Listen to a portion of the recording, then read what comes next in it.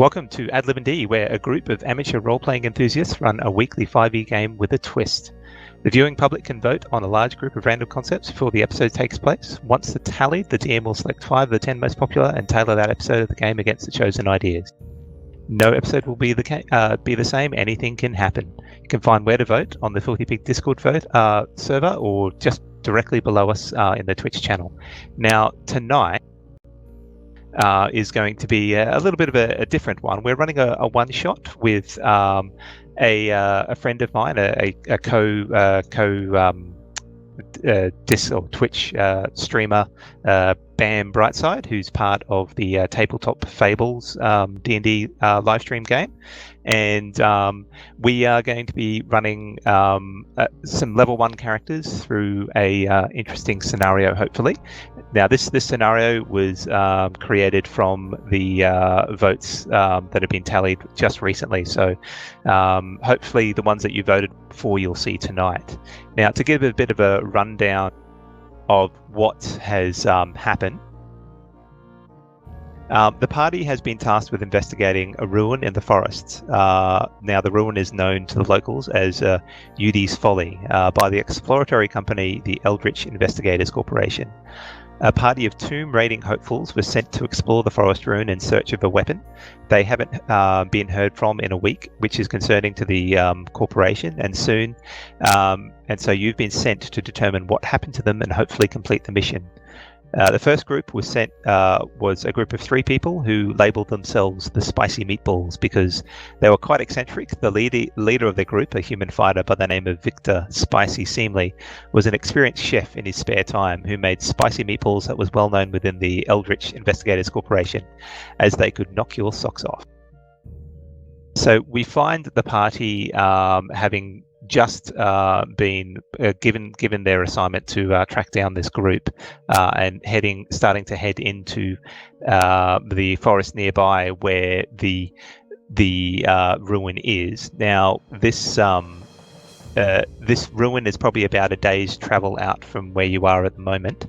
And what I might do first is if we could start with some of the players to describe their character and their mannerisms to a certain extent, and possibly what they're playing. So just give a bit of a summary. I might lead with Dagobert's character Apple first. If you want to give a bit of a rundown of who Apple is and what he plans to be doing. Well, I am Apple.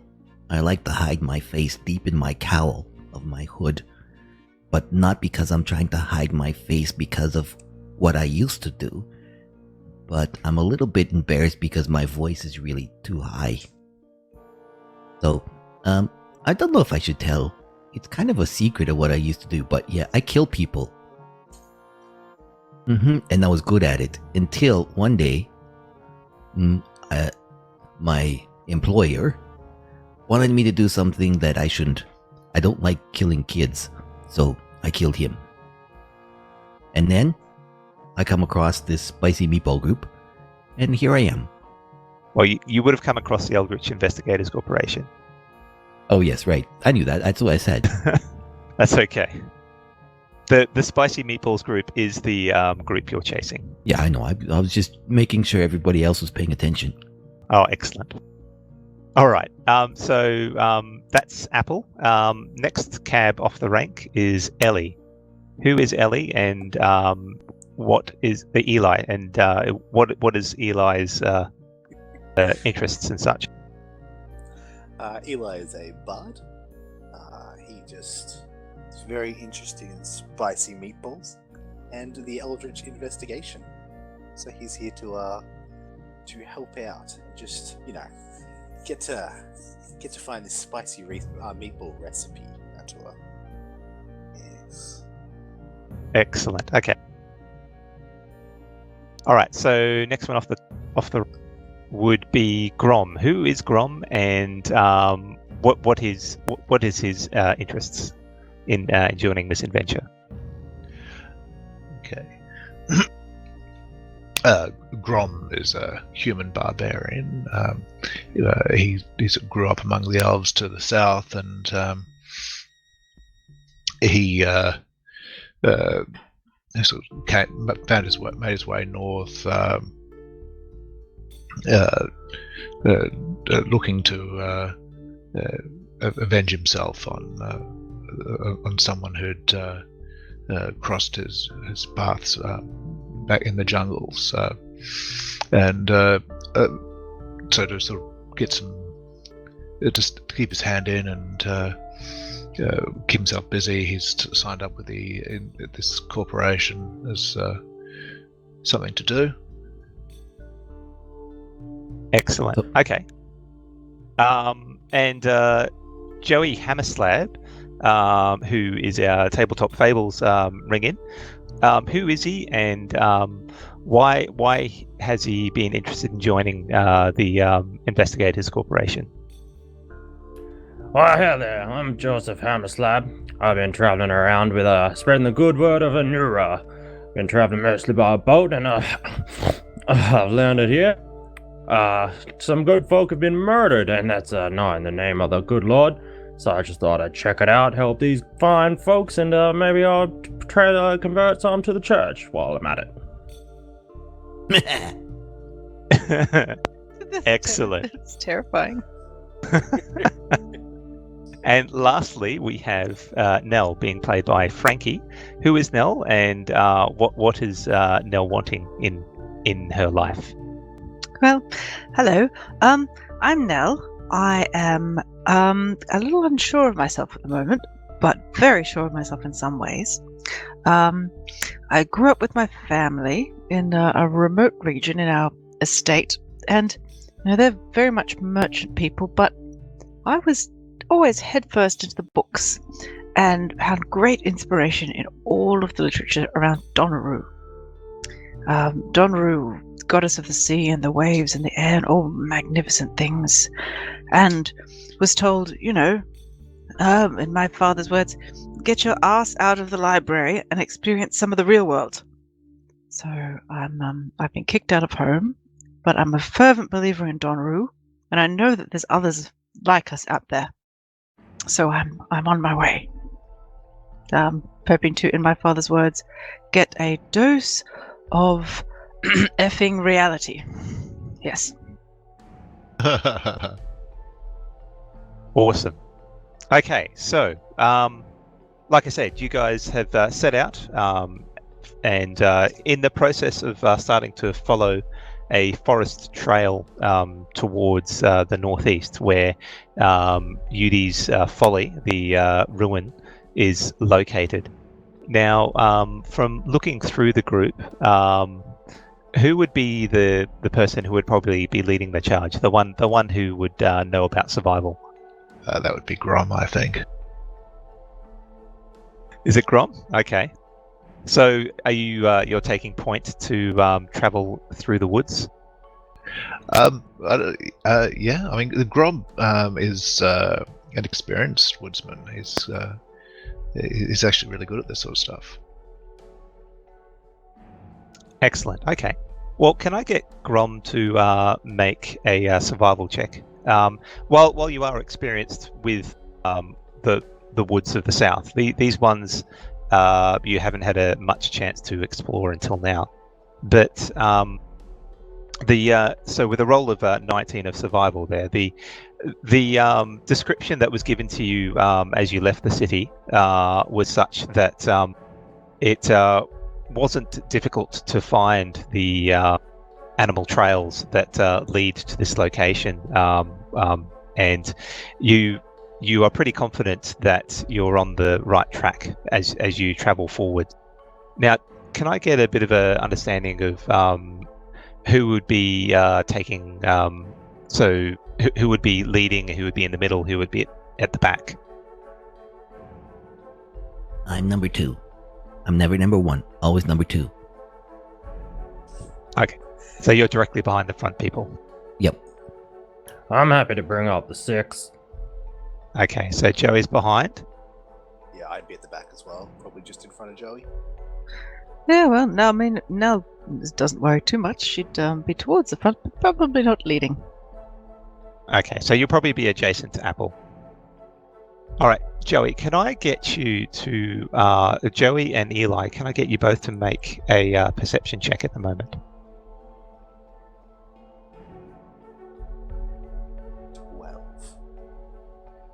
Okay, so Eli, you don't notice anything, but Joey, as you're traveling in the last position in the group, you get this sense. You don't see anything, but you get this feeling on the back of your neck, like you're currently being followed. Looks like we might have a tail here. I don't know if I care about that. What I care about is Grom. Why did you just throw that on the ground like that? That's littering. Stop doing that. Tail. Grom have no tail. What? What? No. Good See? Grom. Damn it. What's wrong with your ears?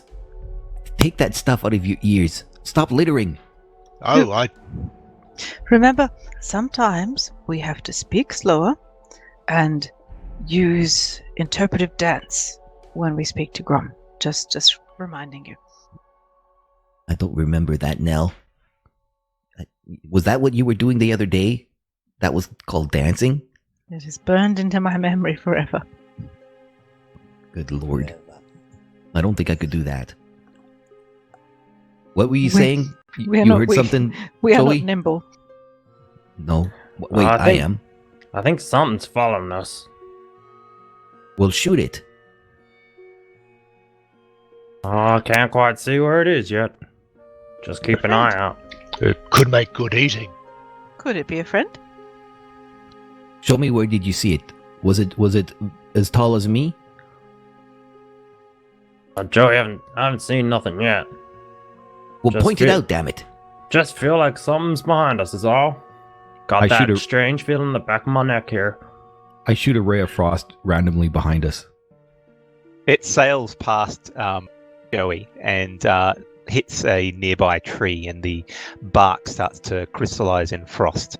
But thankfully, the tree is relatively unharmed. So, my friend. Grom says, shush, you'll scare the prey away. And he gets his hunting trap and he sets it down at the back of the of our line. My friend, could it simply be a sign of a sore conscience sneaking up on you? Always.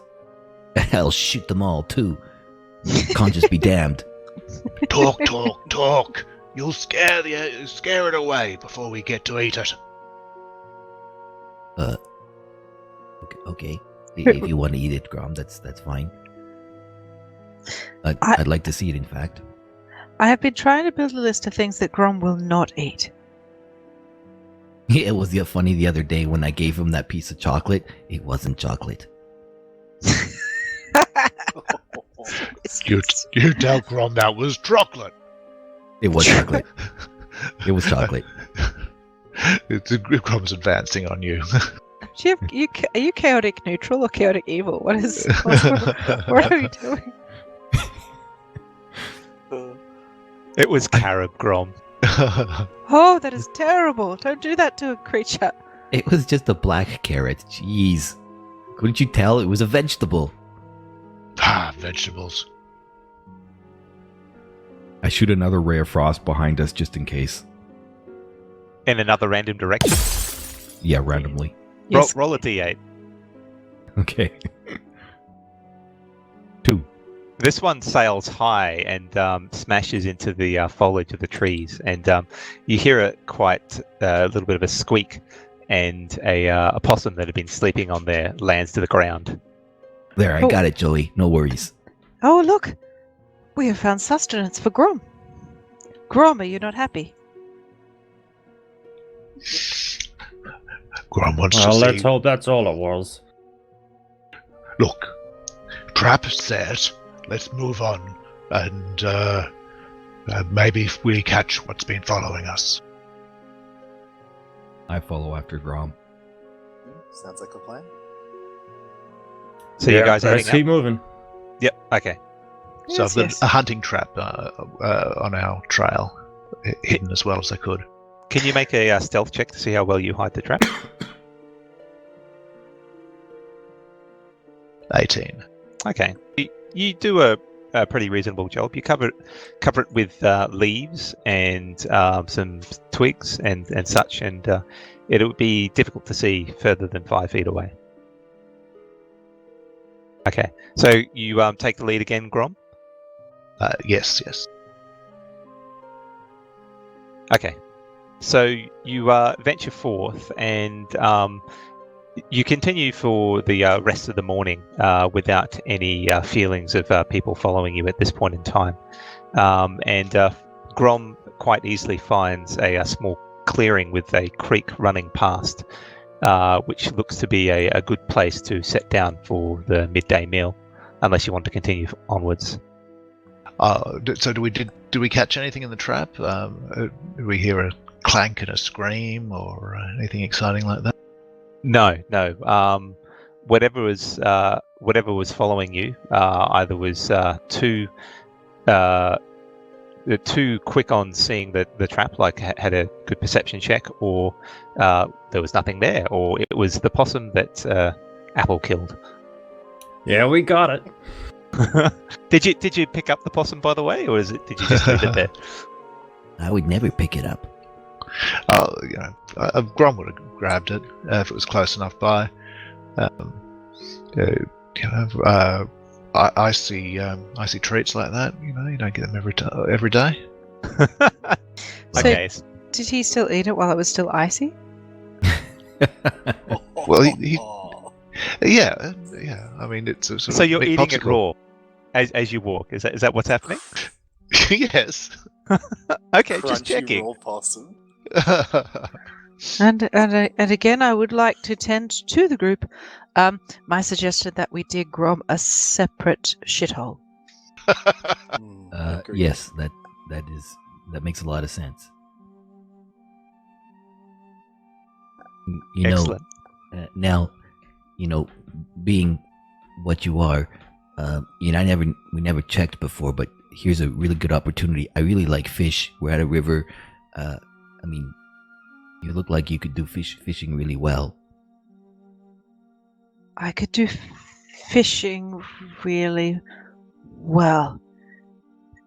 Yeah, I thought all of your well people could fish versed- really well.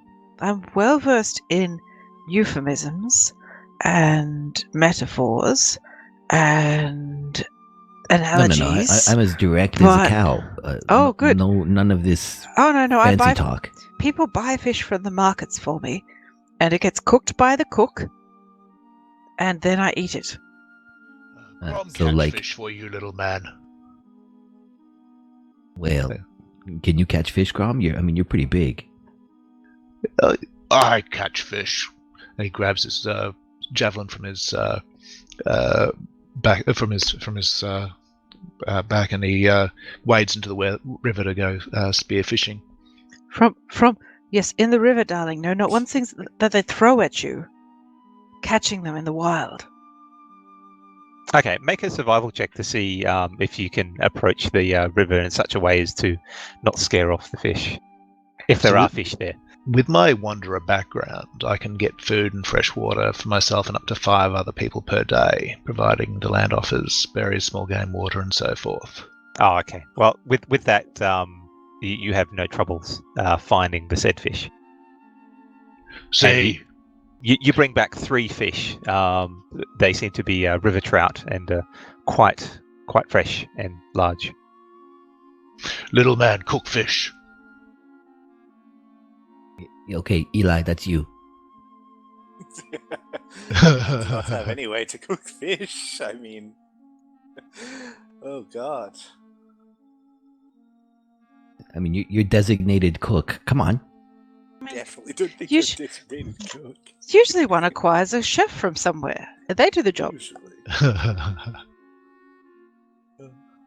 I saw We- Grom eat the possum raw. I don't see why he'd need to even cook these fish.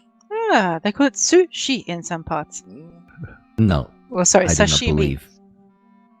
That can't be true. Look, Grom catch fish.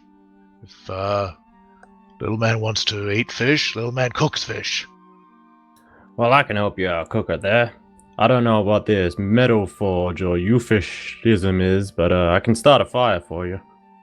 Well, that would be good. Very helpful. Thank you. I'll use my tinderbox to start a fire.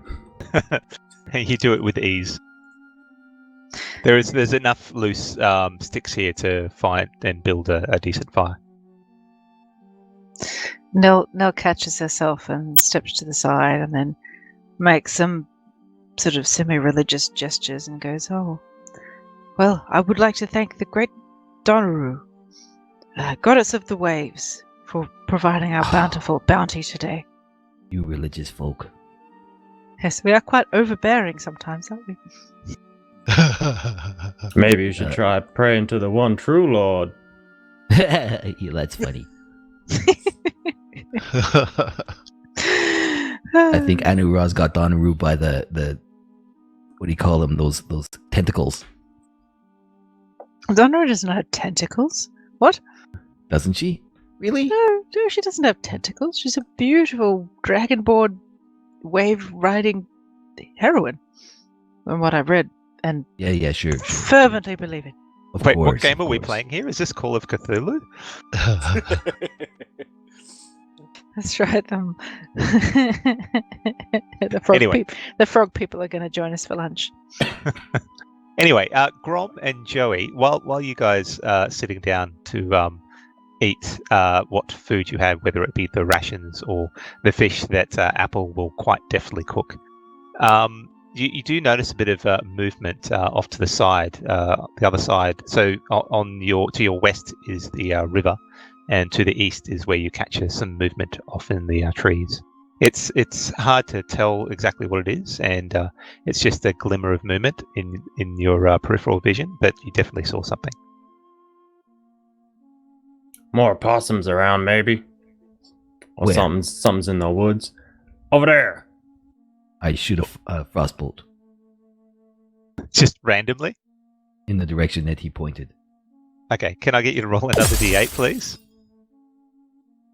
Oh, you're one trigger happy little guy, aren't you?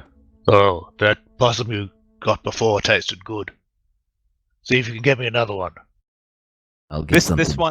This one sails out about 20 feet. The trees are quite thick in this area, so it slams into a trunk fairly quickly, and the branch of this tree is the trunk of this tree is quite small, so you can see the tree sort of freeze and snap under the force.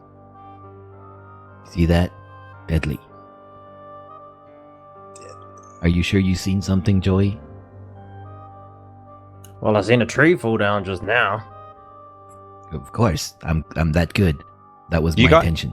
You guys can make active perception checks if you want to continue searching. Wouldn't hurt. I go back to the fire to continue eating my fish. Ooh, 17. Oh, no, stop, everyone. We're using up the good rolls. Not the good rolls. Not the good rolls. I'm feeling 22. So, the bolt of cold that slammed into the tree looks like it probably startled what was everything there. So you catch a quick blur of a shape. This is everyone except for Apple, who was not interested in looking what was happening over there. You catch movement of looks like a humanoid shape, probably in the area between 8 and 10 feet tall.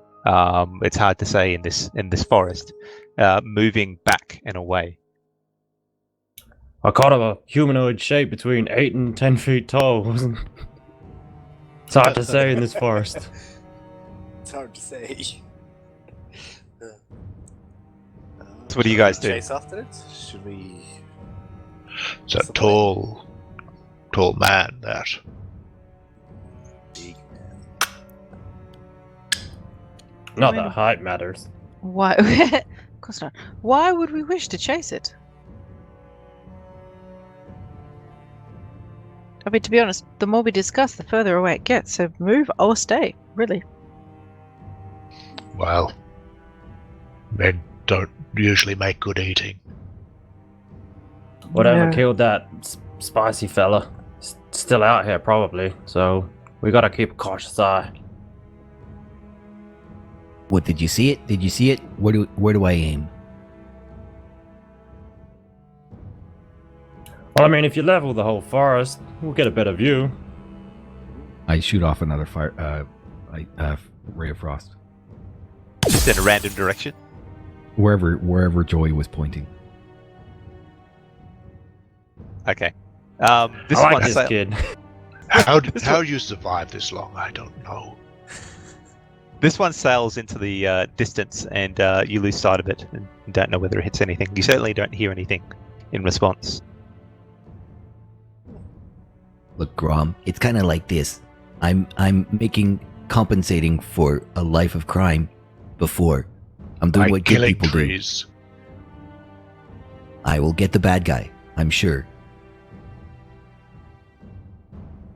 Well, it's moving away right now, so if we were to leave, we could possibly get away from it. It'll take you a little bit to pack up because you have unpacked a little bit for your lunch. Yeah, my fish is still there. I haven't finished eating it. Well, let's not waste what Donna has provided. Eat the fish and move on. Donner. Donaroo wasn't the one in the river. She Yeah, guided your that's right. hands, I'm quite sure. Okay. So you guys are happy to continue with your lunch? Yes. Okay. So the rest of the lunch goes undisturbed, apart from whether Apple throws off another frostbolt or not. No, I sit down to finish my fish. Okay. So no more random frostbolts. I cook it to perfection. Excellent. Good to know. Okay. So you continue onwards. Grom, can I get you to roll a survival check with advantage, please?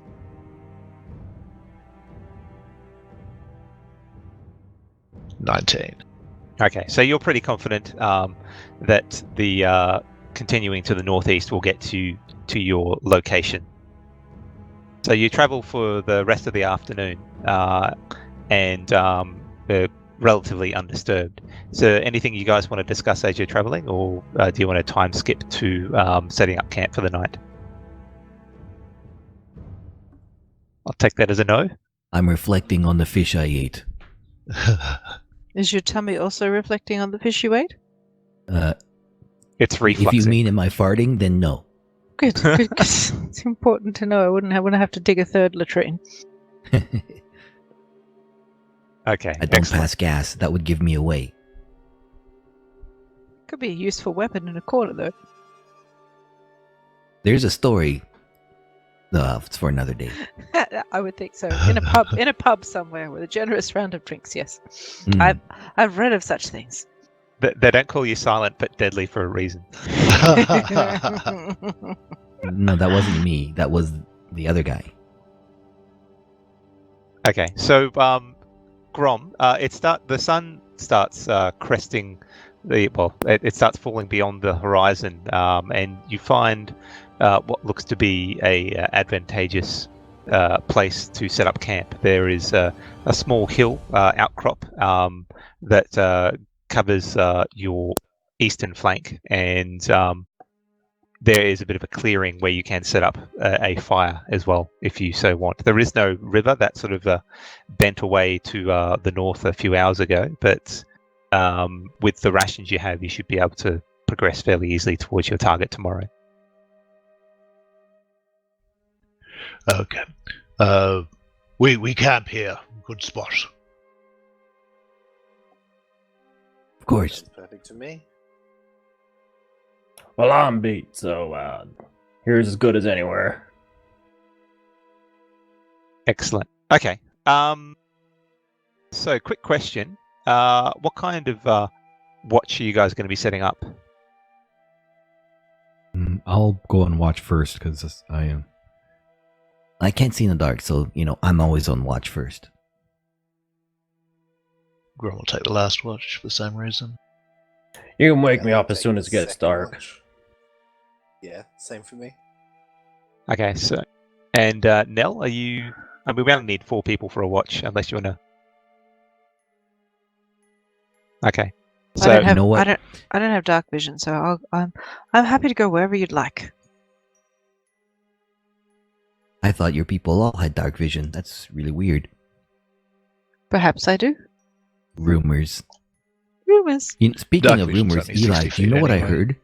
I heard the other day that, this group that has, absconded the spicy meatballs. Well, my employer, the one that I killed, I got this feeling. It could be there's this infamous group, this it's a confederation or something like this. You can hear the DM's eyes rolling. Physically rolling.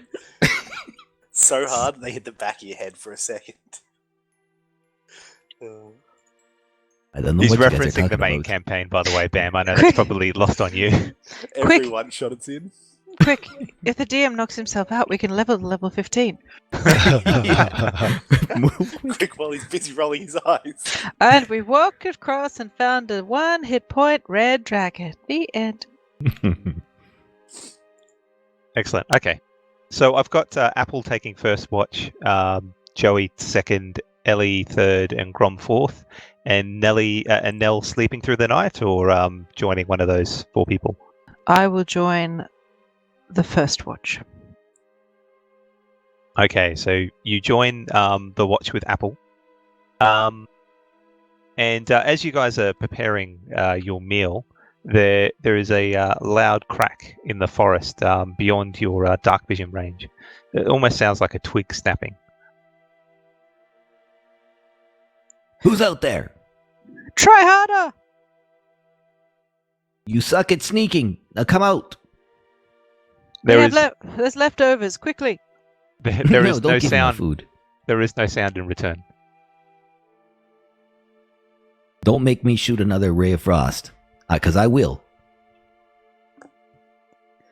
Grom might like possum for supper. Do I hear anything Oh, at all? yes. Make a perception check.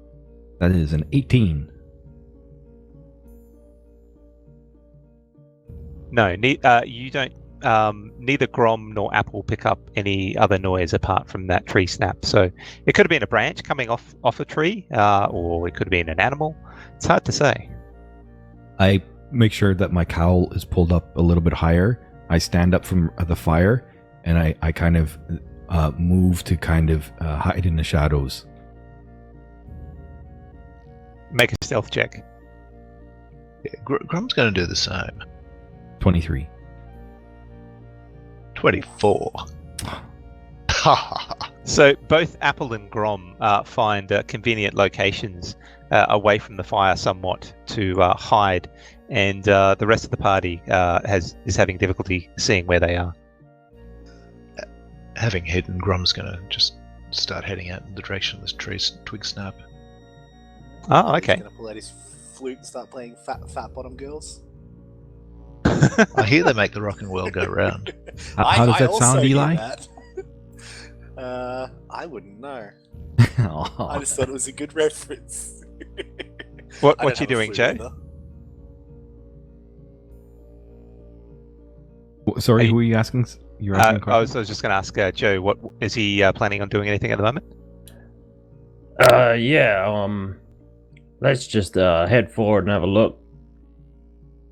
Okay, so you progress onwards, following the invisible Grom, who you can't actually see at the moment. What about yourself, Nell? Are you hanging back, or are you going to proceed? You see Joey heading out to the noise of where that tree fell down. That's an awesome roll for being in Yeah. heavy armor. Hey, when you get it right, you get it right. Nell's going to hang back with Eli. All right, so let's see. Grom, you head out to the location of the noise, which is to your southwest at the moment. And you get to a point where make an intelligence check to see where you think this noise would have come from exactly. Grum not so smart.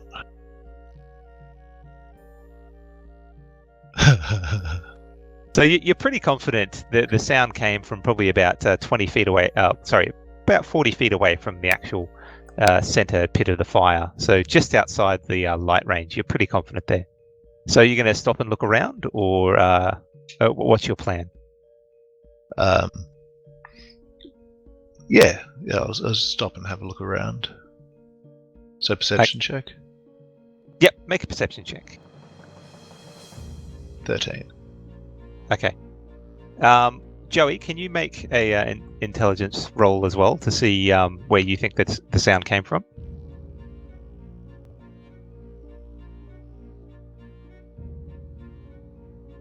Sorry, what role are you looking for? So on your character sheet, on the main tab, you'll see there's abilities down the left-hand side. You're looking for the intelligence one. Just double left-click on that to roll it. Yep. Okay, so you're pretty confident that the sound came probably about 50 to 100 feet away, and as you progress outside of the fire pit, like the range of the fire pit, you see some movement faintly, but you can't tell what it is. It's a large hulking creature to a certain extent.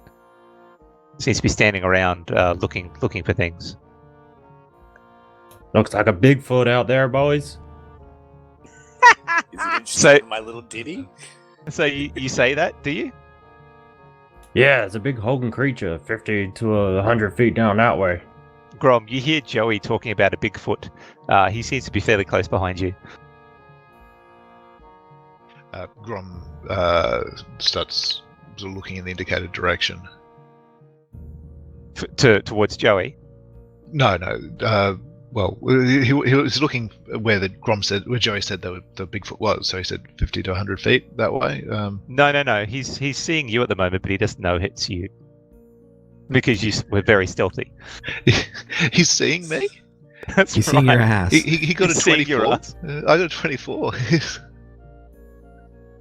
He doesn't know it's you. You're quite difficult to pick out. So he's noticed something moving there. But you hear him. He's come up from behind, and you hear him. So he's right. He's right where I am, is he? Or? He's fairly nearby. Yeah. Did you say anything, or? Grom says, "Middle man, be quiet. We're hunting." Okay, so Joey, you pick out that it's actually Grom who was the one that was hard to deal with, just on the edge of the firelight. But if you continue onwards, you probably get to the location that you're after at the start. Looks like Grom seems to have stopped a bit early. Well, I'll pull up just behind where I think he is.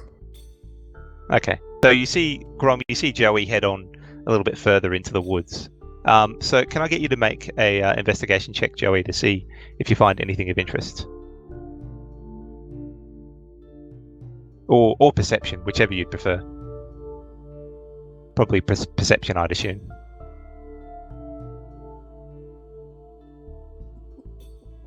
Okay. Well, they're the same. Yeah. I'll take your first roll, but add your proficiency, so that'd be a 21.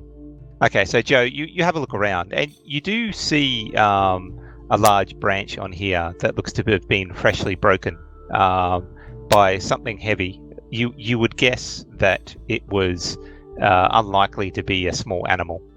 Something to break this twig would have been quite heavy, probably anywhere between 100 to 200 pounds. But I know it wasn't Grom. No, because you passed when Grom sort of indicated he was there. It wouldn't have been Grom. He hasn't got this far yet. But you don't see anything else at the moment.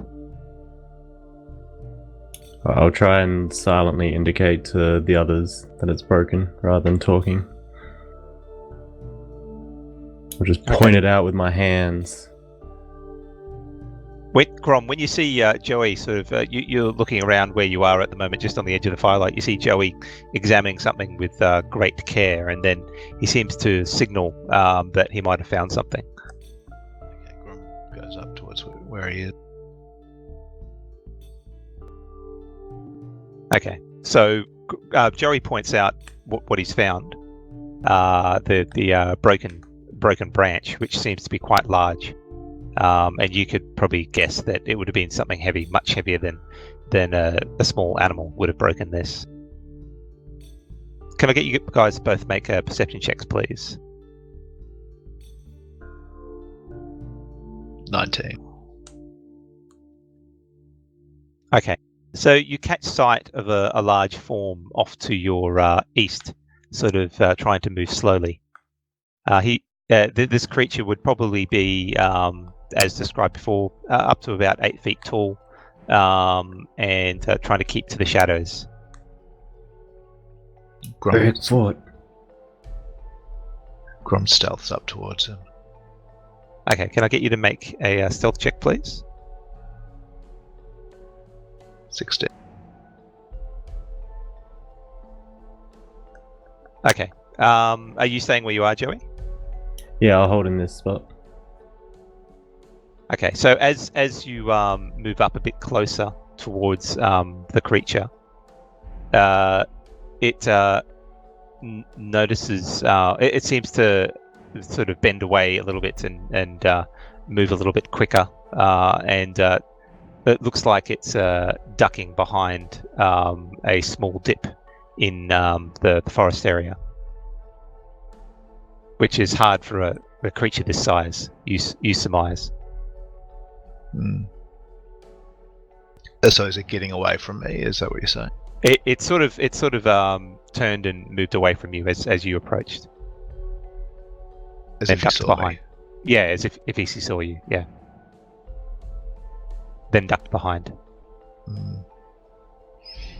Okay. Grom. Is it within lunging distance or anything like that?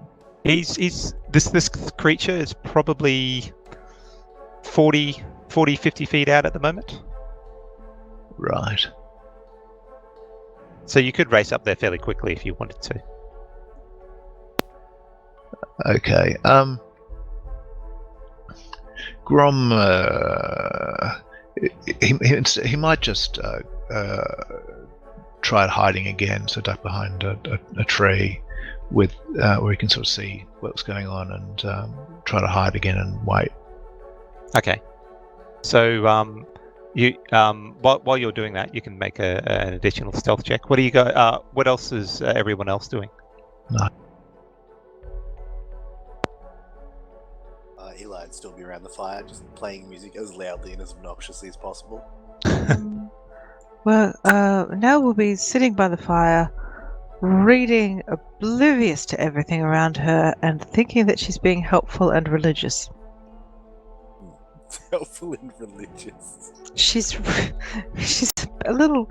Well, she's been sent out into the world to learn some reality. It may take time. Joe would be holding, watching Grom, waiting for a move, so we could help out. Also, quite religiously. Also quite religiously. Maybe more so religiously, competitively religiously, even. I'm sitting No on my need to ass compete. religiously. When you follow the one true Lord S. Grom's only Apple? getting Sorry. 5 minutes or so. What do you do, Apple? I am just outside of the campfire's light, still remaining in the shadows of a tree, not moving far in the dark because I can't see shit. Okay. So if you want to wait for 5 minutes, Grom, you can. You don't see any movement after 5 minutes. Okay. Grom returns to Joey and says, "Big man still Grom. Got away."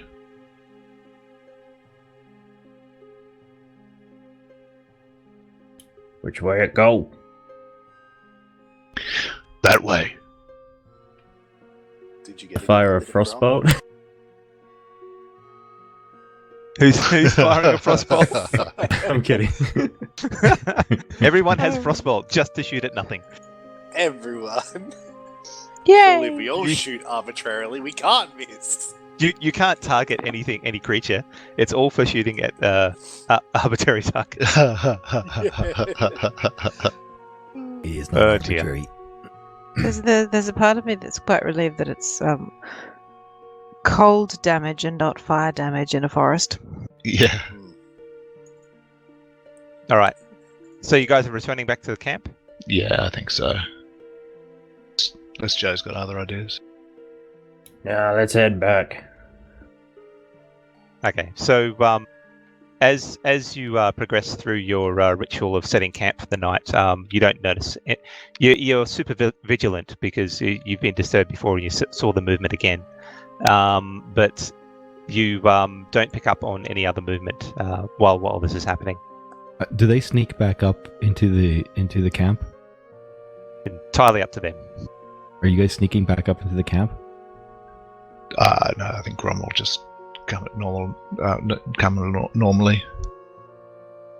I almost make the somatic gesture to fire off a ray of frost, but when I see it's Grom, I stop myself just in time. At least it's not fog cloud. What do you mean? Where does that come from? That's really arbitrary. Either way, I'll be taking cover behind Grom. Okay, so you're using Grom's large stature to keep hidden. Clink, clink. Okay, so you guys return for the night. So you don't see anything happen for the rest of the night before you go to sleep. So we'll move on to the sleep order. So Nell and Apple, can I get you guys both to make perception checks while you run through the first 2 hours of the watch? 18 for me. So it'll probably be at disadvantage if you don't have dark vision. All right, hang on a sec. Let me just pop disadvantage in there. 13 for me.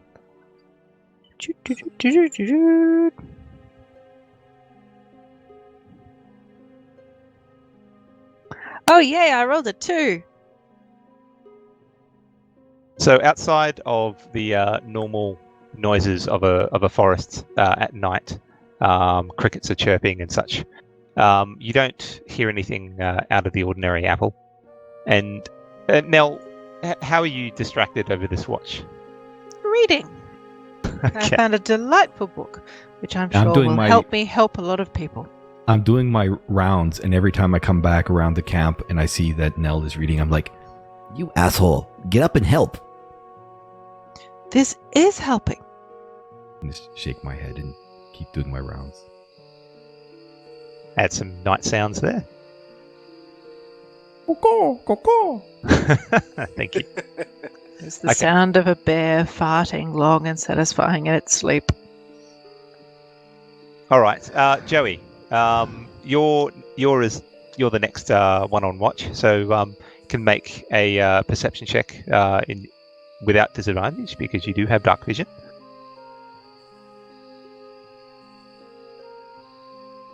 I still don't see shit. So a rolling of 11. It is the best. No, you hear the crickets chirping, and it's some howls hoot at probably about the 1 hour mark, but nothing like what you guys have been picking up during the day and just before you set up camp. I'm bored. So you pass on to Eli, wake him up. Your turn, buddy. Can I make a minor illusion across from the fire from me? Just sitting with me so I'm not alone. Sure. Just of a fake copy of myself. There you go. Natural so two one. people. I'm so distracted with how handsome I am that I don't see anything.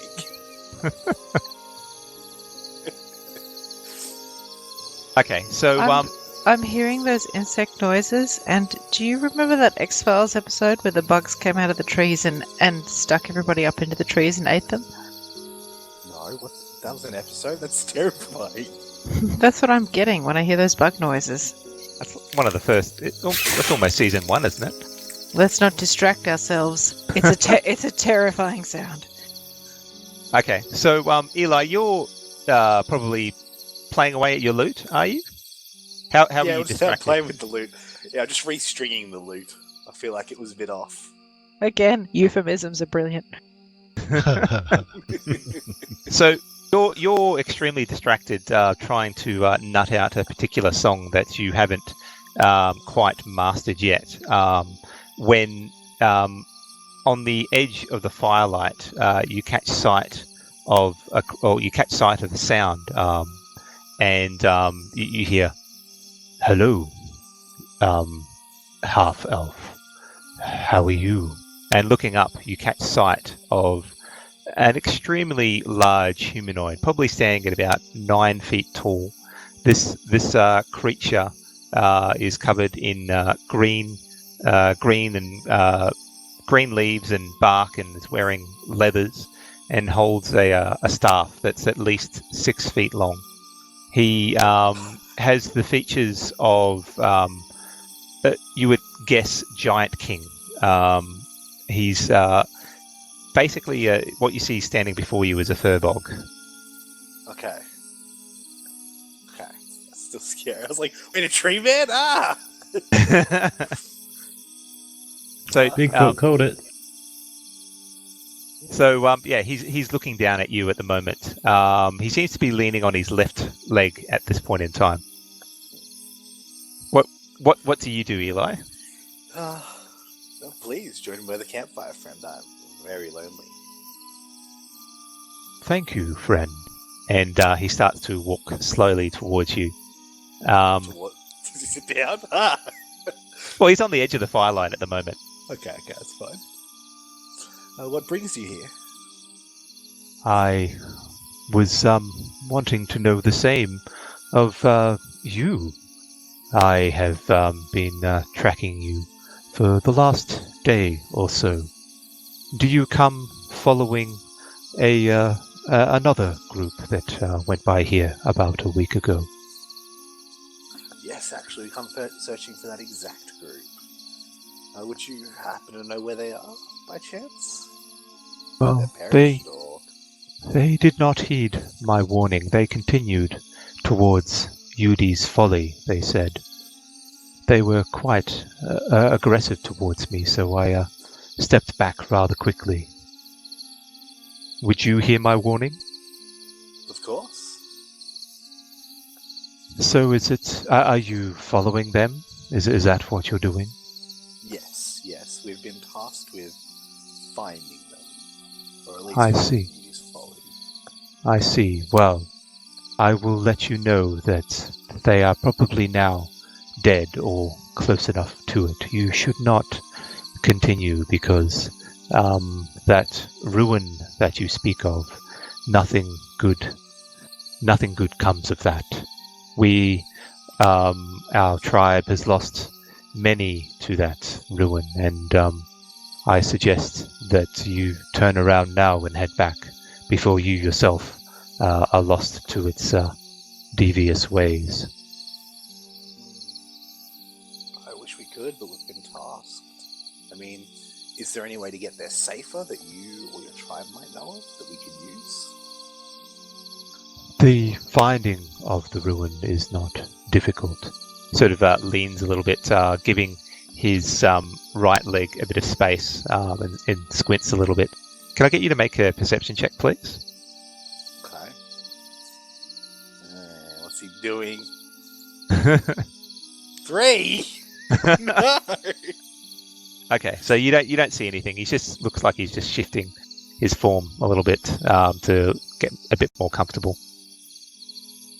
I do not know. We do not know exactly what is in this ruin, but we do know that anyone who ventures in there does not return. There is a rumor that there are flowers there known as fallen angel flowers. They're quite rare, but we do not venture there because whatever resides there is something that we cannot handle. I myself lost someone quite dear to me. She decided to venture in there to collect some of those flowers, and I have not seen her since. Her name was Elira. She disappeared about 2 seasons ago, and I fear the worst of her. Anyway, will you heed my warning? Well, I'll tell the rest of the group what you've said. Are you going to continue following us, obviously, or will you just leave us after this? I will not continue following you, but if you are keen and want to continue in your way, then I cannot stop you. But I wanted to warn you because, like I said, no one seems to leave that ruin. Thank you very much for your warning, friend. I will tell the rest of the group, and hopefully they listen, but the best I can do is obviously share the advice you've given, and I do appreciate you coming. Okay, he nods in acknowledgement and says, "Okay, well, if you will not listen to me, then I bid you good fortune. I suspect you will need it." And with that, he sort of stands up and he initially puts his weight on his right leg and groans for a second. And you catch sight now on his upper thigh. There seems to be some leaves that look like they're acting like bandages, and it's quite dark there, like dried, crusted blood or something along those lines. Like he stepped into a bear trap. It's much higher than that. It's on the upper thigh, not the around the foot. Like an ice burn. Ice burn! And with that, he sort of steps away and says, if you need to get me again, my name is Willow. I will be around this forest here, but I suspect that I will not see you again, so good luck in your travels. With that, he turns and leaves. Yeah, I'm just God. you, friend. Passive Thank you, aggressive. Trey, and leaves. Passive aggressive. You haven't listened to me. Have fun dying. I listened to everything he said. I don't know why he said that to me. Why is he so mean? Did he look ice bolted at all? No, not at all. Not at all. Okay. So, do you do anything, Eli, or you just continue with your watch? Just continue to watch. I'll just wait till the morning. He was non-threatening. Okay. So your watch ends, and you go to wake up Grom. Do you say anything? Yes, I tell Grom that the gentleman following us was a furbolg named Willow, and he was just trying to give us a warning, and that maybe he could mull over the idea, because it would take a while for Grom to digest it, I assume. Can somebody please turn around and say your watch has ended? I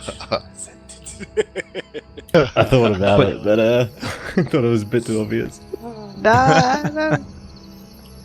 The little joys. Interesting. Enemy of Grom. Don't you remember that, Eli? You're not supposed to tell Grom that you've seen a furbolg. He goes bananas. You're not awake. I know. Okay. What do you do, Grom, when Eli provides the information about the furbolg visiting? Does the furbolg say why? Building so scary? No, he just said it was very dangerous and there were some very pretty flowers.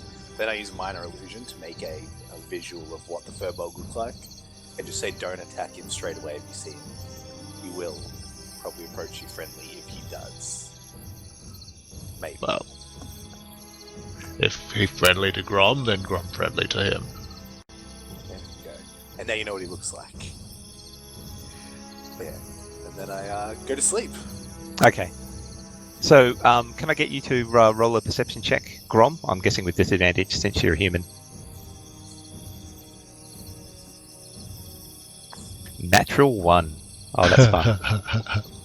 So, the how are you distracted during this watch? Are your thoughts traveling back to what Eli has said, or something else? Grom's thinking back to that possum that he had earlier, and he's feeling a bit peckish, and he sort of finds his eyes sort of going towards the tree canopy, sort of seeing if he can spot any possums that are running about up there within convenient distance. Okay, so you spend the next half an hour looking through and trying to catch sight of any creatures, but unfortunately, outside of the crickets, you don't see any movement. And at the end of your watch, the sun starts to rise and everybody starts to rouse, and your night ends. So, what do you guys do? You have to turn around and go home? It sounds pretty dangerous, and I'm level 1. I don't understand no. your words, Eli. You keep saying things like this and you confuse me. I don't get it. Is this a joke? And the NPC just left. The what? The NPC did just leave. What the hell is that? Like an That's his STD. name, NPC? That's the dumbest name ever. Why didn't you wake me? We could have shot him. Like an STD, but better. Yeah, there's no pill for it though. Shame. Who is this fellow you say you met? His name was Willow. He told me You can't a come on, tragic really? story of his lover Alira, the furbog, who went to get him some beautiful flowers as his furbog. Is this your next song or something like this? Come on. Yes. Well, now it is going to be part of it. Because if it wasn't a song, I would have thought you would have asked better questions. No, no need Ooh, for better someone didn't questions, just- sleep well. Yeah, That just Root someone over there, reclining on the side of it the was so bed. damn annoying. Furbog's smart. They know things. The river back there, lots of fish. Let's go get more fish. More fish? Can we please let this entire one-shot degenerate into a fishing trip? I didn't bring my fishing pole. Must rely on Grom. We can make you one from a local sapling. I have a book about it. Come on. You're kidding me. Let me see you do it. The book is titled Donru and the Joys of Fishing. She said, make yourselves fishers of men. And I think that's a literal instruction, isn't it? Okay, let's continue. Grom used man as bait once. Not that good. You used a human as a bait? Well, yes. You're lying. I don't believe you. Insight check. Sure. On natural 20. Yeah, you think he's telling the truth. What kind of fish were you hunting? Fishing? Grom hunting shark. Ones where you need a bigger boat. Is Grandma little man Goliath? with big mouth. He's a Are you human. you're human, just a really big freaking human. Yeah, yeah. Well, what did you catch? Shark. Grom caught shark. There was a shark in river, and a little man with big mouth make Grom mad. So, You killed him? what would just- you say? Win-win? Yeah. Well, it's not her way, but damn, that's a fine story. Sounds like the meal was a bit flaky, though. Oh, That's terrible. No puns. You could get offended. Yes. Okay, I'm hanging up but now. But it would only be small fry. Oh, You guys. Wow, I'm Anyway. gonna take my morning shit while you guys make puns. We're gonna have to dig a fourth latrine. My goodness. That's okay. Look, he can do whatever I want, and I'll just do the prestidigitation on his bum.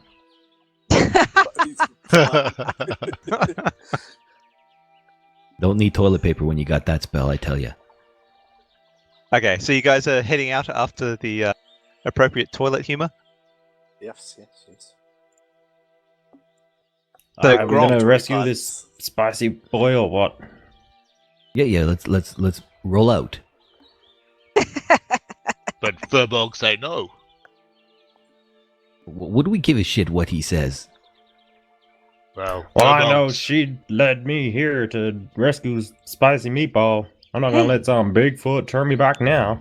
Hey, perhaps Donru will extend a hand and keep us safe, so we may rescue this Allura for Willow. Yeah, let's see you and your Yeah. gods and goddesses.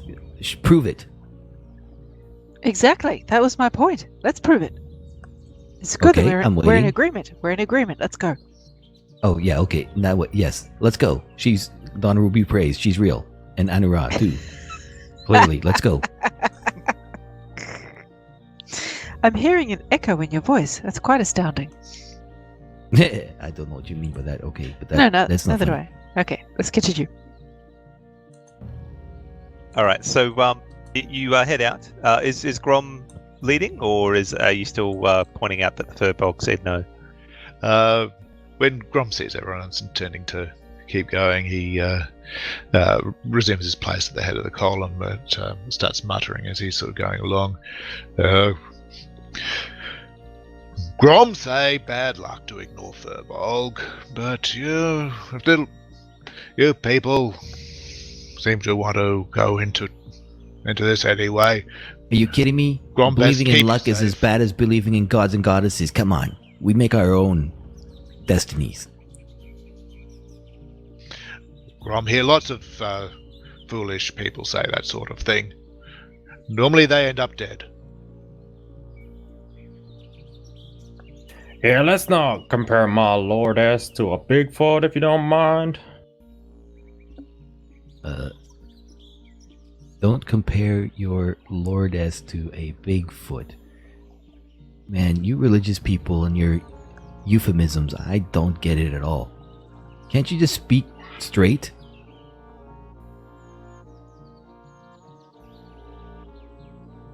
Oh, good. Grom not only one confused. Sometimes Grom think that it's Grom's fault, but if you're confused too, then maybe Grom not the silly one. Well, bloody hell, Grom. Let's just go. Which way? Left, right, forward, up, down?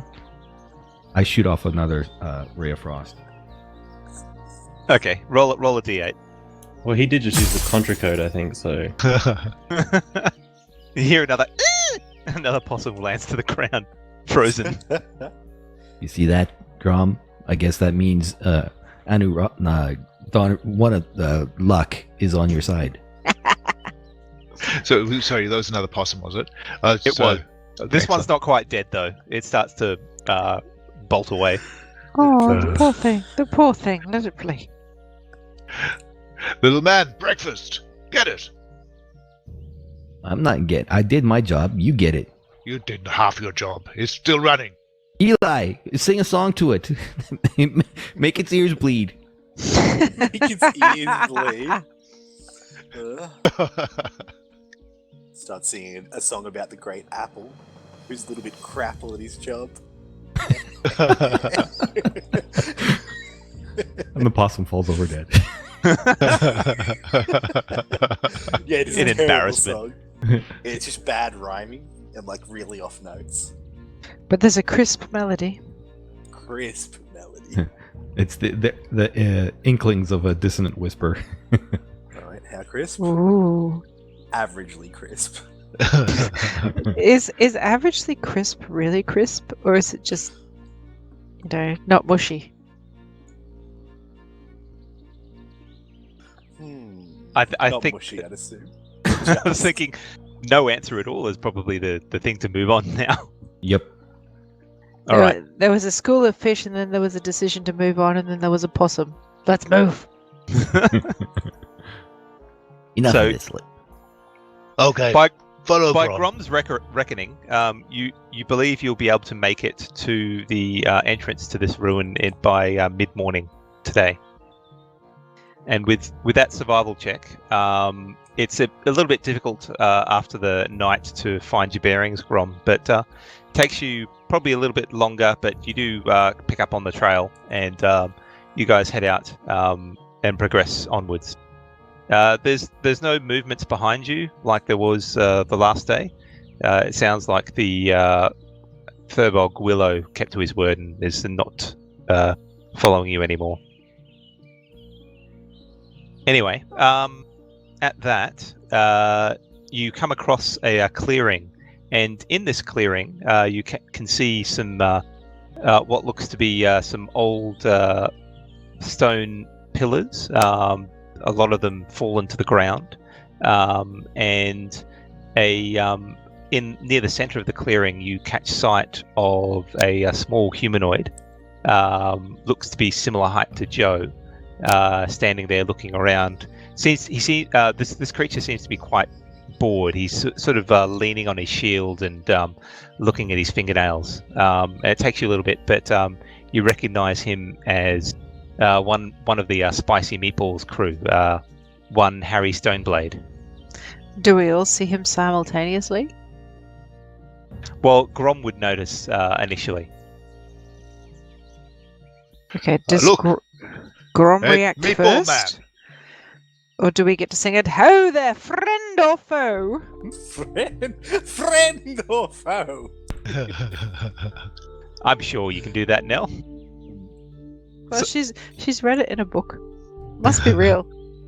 Surely.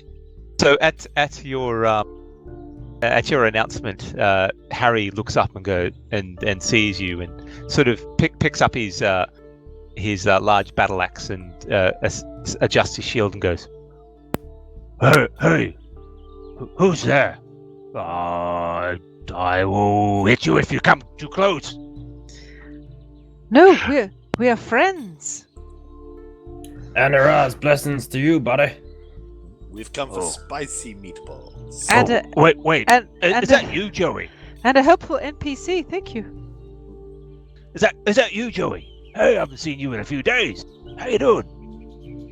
Harry, you old codger, how you doing, buddy? Oh, good. Hey, why are you guys here? We heard you guys ran into a bit of trouble. Well, we ran into this strange giant creature came and attacked us while we were traveling here, but Victor dealt with that and cut him down, and he ran off. Outside of that, I've been told to guard the entrance because we got attacked by wolves after that, so we had to cut him down. Been waiting for a few days to hear about what's going on with Victor down there, but haven't done or said anything. So I've been waiting.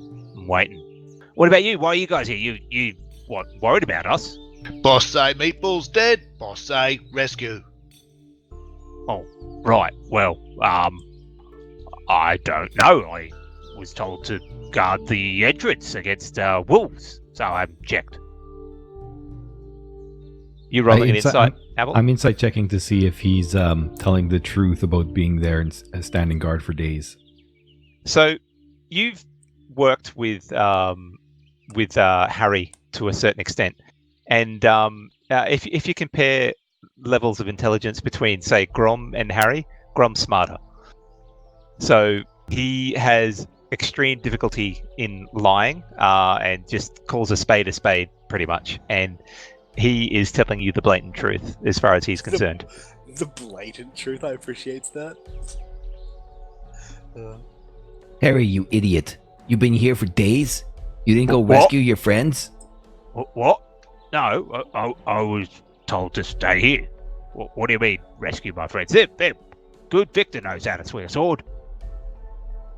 I just do a big old face palm. Ow!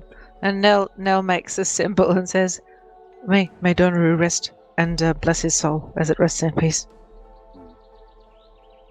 Wait, are you telling me they might be in trouble? But, I mean, Victor's is good, and Kerry knows how to sling those spells, so they should be good, right? Right? No. I'm worried now. You got me scared. Well, you should be scared. What should I do? Do I need to go? You should leave all of your money here and go home. Make a persuasion check with disadvantage, please. That was a intimidation. Okay, intimidation, sure. That didn't sound intimidating. Didn't at sound all. very intimidating, though. No? That No. was subtle intimidation. 9.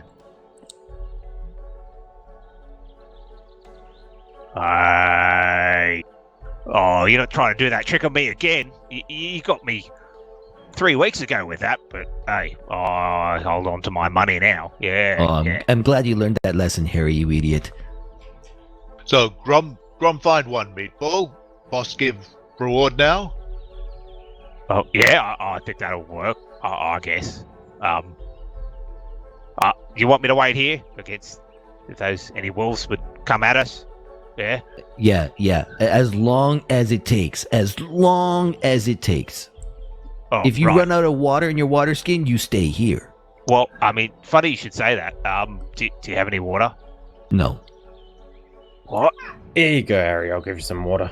Oh, thanks, Joey. Yeah, you're always here, helping me out. Thanks. He Right. takes the exactly. water flask and completely empties it and then hands it back to you.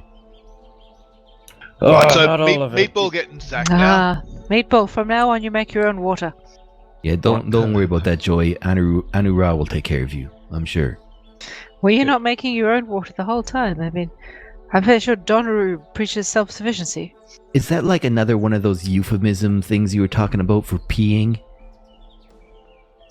Goopy, would you like to? Shall I draw you a picture or do an interpretive dance? Again, I facepalm. So Grom's got out a sack now, an empty sack, and he's holding it out to Harry to hop in. What's the sack for? I mean, It'll be easy to Meat- carry, meatball Harry, getting if you hop sacked. in. Grom take meatball back to boss, get reward. I've got feet. I can walk. Oh, surely Do you want me to follow sack. you? But I'm the starting to sack- get worried about Victor now. I mean, the way you're saying it, he could be in trouble. Maybe I should go down there. Well, Yeah? perhaps he's a piece more than the rest of us combined. Surely you could come with us. In the sack, of course. You know, just perhaps wear it on your head. Someone make a persuasion check to Oh, encourage him yes. to go into a sack. Oh, hang on. 15. Oh, hold up. Ah, wait a 15 from second. Eli. Wait. Get in the sack. Oh, that's an 8. So he points to Eli and goes, yeah, that's funny. No, I'm walking. I'm walking, damn it. Perhaps you might like to hold the sack. What? Yeah, okay. Yeah, you want to hand over the sack there, Grom?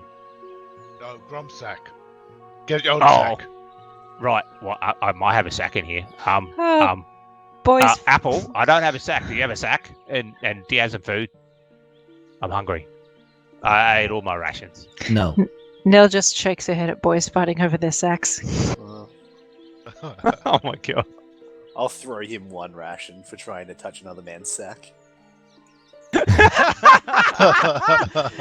Apple looks at Nell and Eli and their strange shaking shoulders and can't quite figure out what it is that they find so amusing. Inspiration point. Yeah, no kidding. Why not? I'll give you an inspiration point for that. I don't normally do it, but you've got inspiration. Hooray. Isn't that You for want Eli? inspiration? No, it's Well, Eli. I Inspiration. think both What does that Eli and do? Nell both got pretty good ones there. Okay, you both get it. You can What roll. does inspiration do? So with 1d20, you can re-roll. It's Oh, basically You like have luck. you have to declare that you're going to use your inspiration point, and it allows you to get advantage on one of your rolls. All right. So what are you guys doing with Harry? Is he staying here, or is he coming with you? He's coming. I think he should surely. stay here. I mean, Well, I Don't we think need that's to go about into all this he's dang good thing? for. But more meat No. for the grinder is always good. Harry, come with us. That way, if Harry dies, we can always take his head back for proof for a reward. Wait! I don't Hmm. die. You know me. I smash things. Smash things good with this axe. Yeah. And Willow did say it's very dangerous, so one more person's probably better. Wait, you know what? And Fla- then we could push him in front of us and if things get nasty. Perhaps Yeah, we yeah, should that's a good warn idea. him about the flowers. Shall we warn him about the flowers? What flowers? The angel flowers. What's an angel flower? That's what the Is flower this is. like Yeah, something- It's angel flowers, right, Atwa? I didn't write the flower name down. I was a fool. Yes. He was talking about they were called fallen angel flowers. Fallen angel flowers, yeah. I thought The this rare this is flowers. just lyrics in your song. These are real things. Oh yeah, they're real things. I make songs about real things, like the apple crappy thing this morning, crapple thing. The Genius, crapple. genius. Can I Number do one a hit. survival check to see if Grom knows about these fallen angel flowers? Sure, you can roll a survival check. Actually, no, it would be nature. As long as they're not weeping angel flowers. If they're weeping angel flowers, 10. I'm out. Every time you turn away, You're they get closer. not. I mean, you are a wanderer, and you know how to find food and what's dangerous and what's not dangerous. But the description that's been given to you secondhand by Eli doesn't seem to ring any bells. I mean, flowers are usually harmless, but also don't provide food as such. So they're not high on your list of things to know about as you wander the woods. You know, Grom, I remember hearing a story that the palm, or no, not the palm, the heart of an angel flower is really good eating. Grom know he has stories about that, but you can eat angel flower if we find one. Oh, for sure. I'll show you just how delicious it is. So Grom, do you know I'm throwing I've up got an Harry apple a day, Stoneblade, keeps the doctor away. by the way, up there. So Thank you, you Doug. he can be used or not. I'll run with him if you need to. Yeah. Hey, look, he's a good tank. He's got 26 hit points. Oh, I don't know what that means, but okay. Okay. right, let's go. Roll All right. out. So this is this is probably a good point to have our break. Yep. So let me just Cool. set that up.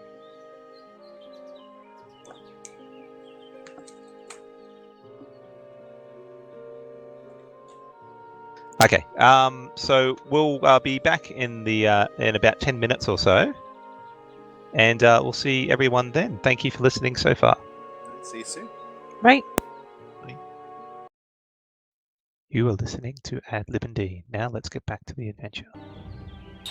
5, 4, 3, Not quite. 2. Welcome back, and I hope you've been enjoying the adventure so far. We left the crew at the top of the stairs into the ruin, with Harry Stoneblade being convinced first to try and jump into a sack, and then secondly just to follow them down into the ruin, where he's quite surprised that anything would befall poor Victor, the spicy meatball. Anyway, so are you guys taking what's your party order heading down into the ruins? I'm in the safest location possible. So outside, right? Good. Probably in the. I think same near as the back. before. I'm second from the front. Maybe make Harry go first. I'm dead center. Harry, go first. You're a hero, Harry. Right. So same as before, but Harry's taking the lead. Harry, go find meatballs. It's because he's not a wizard. He's quite safe. You gonna do my boy Harry like that? Yeah, just like that. Well, I Okay, drank so- my water, so Why? I mean, are you guys like really good friends or something? if you can't hear me, then no. If you can hear me, yeah.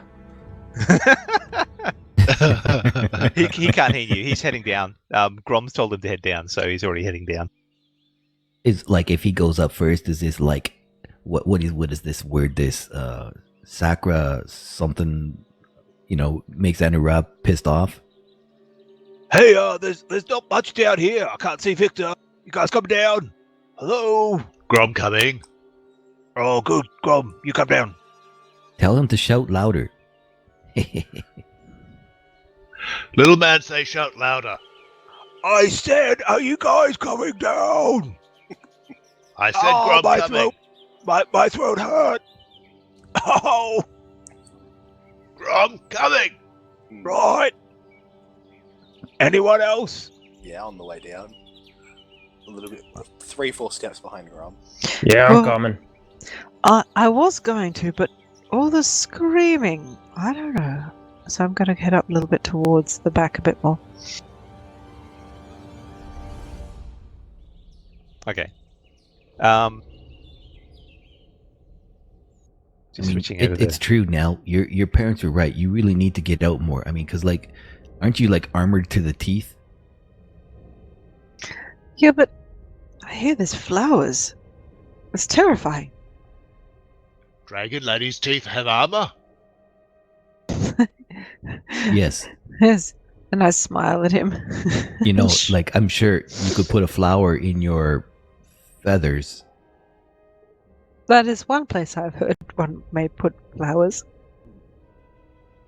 Okay, so you guys head down, and the first room you approach is probably about 30 feet by 30 feet in size.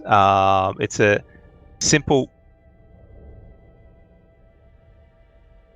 Well, yeah, it's a 10 by 10 meter room, and it's made of rough. Well, it's actually rough hewn stone, and the floor is some sort of slate tiles. There's not much to it. It's quite barren. There's a bit of rubble on the ground.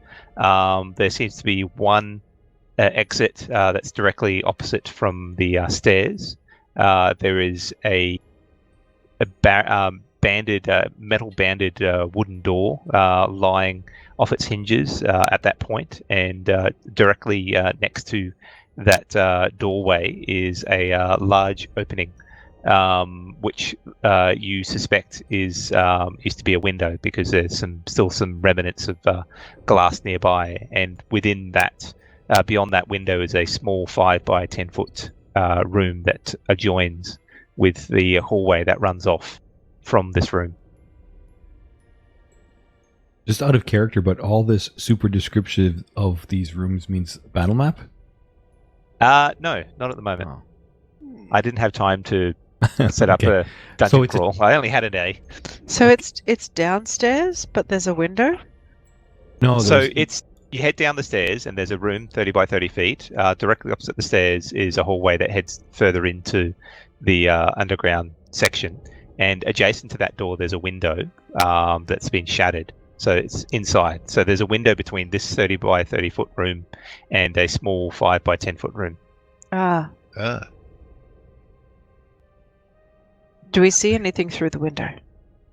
So both this room and that small room look to have been picked clean. There's nothing of interest. There's some bit of loose rubble there, here and there. The hallway sort of continues inwards and looks fairly bland, and you can see at regular intervals along the hallway, as far as your dark vision allows, there seems to be some doors at regular intervals on the left-hand side. And But, this window, is there like glass fragments on the floor?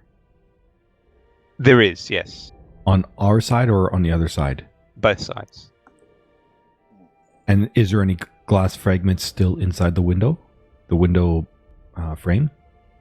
Make an investigation check. What, you mean I can't see it? You can't see it where you are at the moment.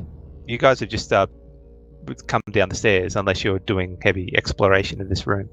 No, I'm still staying at the stairs. If I could see it from where I'm at, is all I cared about. So I'll investigate from where I'm at.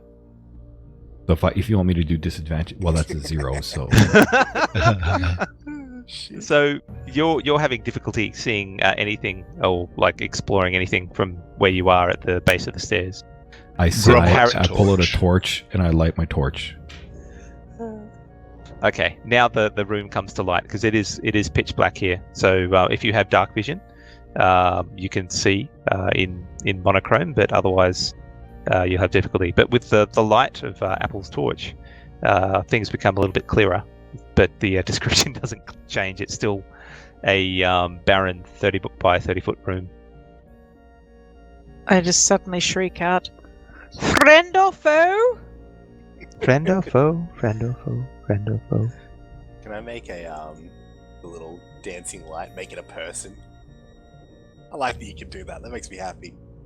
Sure, you can make a humanoid And just version make of it dancing walk- lights. Yeah, just a humanoid version walking next to the barbarian that's not Grom. I assume he's a barbarian. Harry, Grum is a barbarian, yeah. would you have done this before in front of Harry? Probably. No. Only when it suited my needs, because other people can't see. I can. So Harry sees this burning creature, goes, "Ah!" It's an intruder! Quick, kill it! He gets out his battle axe and swings and passes harmlessly through it. Why won't you die? Keeps swinging at it. Right, Wow, I wanna Henry, turn- sometimes your voice sounds like this other fella I knew named Arnold. the line So will keep just swinging shake at its it. You head guys and look doing down. Grom, help me! To the Harry, left. idiot, Harry, open the to door. the left. I'm gonna run up and start stabbing at it with my rapier, kind of, plotting him along that it's real. Yeah, Eli, go! Get it! It keeps missing. I keep missing it. What's going on? I don't know, it's ineffable. Why can't we attack it? It's ineffable. What does that mean? That can't be done. Oh. Why didn't you just say that instead? Because ineffable sounds fun. So he's continuing Right. to attack this thing. You guys are standing there, possibly in confusion. Can it float? I'm not sure.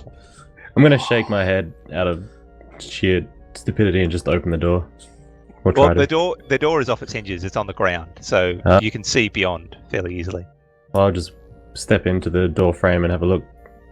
I follow Okay. after Joey, and as I'm following along, I fire a ray of frost at the illusion. And then I'll Okay. make it disappear when the ray of frost hits it. So when the ray of frost comes flying through, can I get you to make a dexterity check, please, Eli, to see how well you time it? Okay. That's in there. Dex, not a check.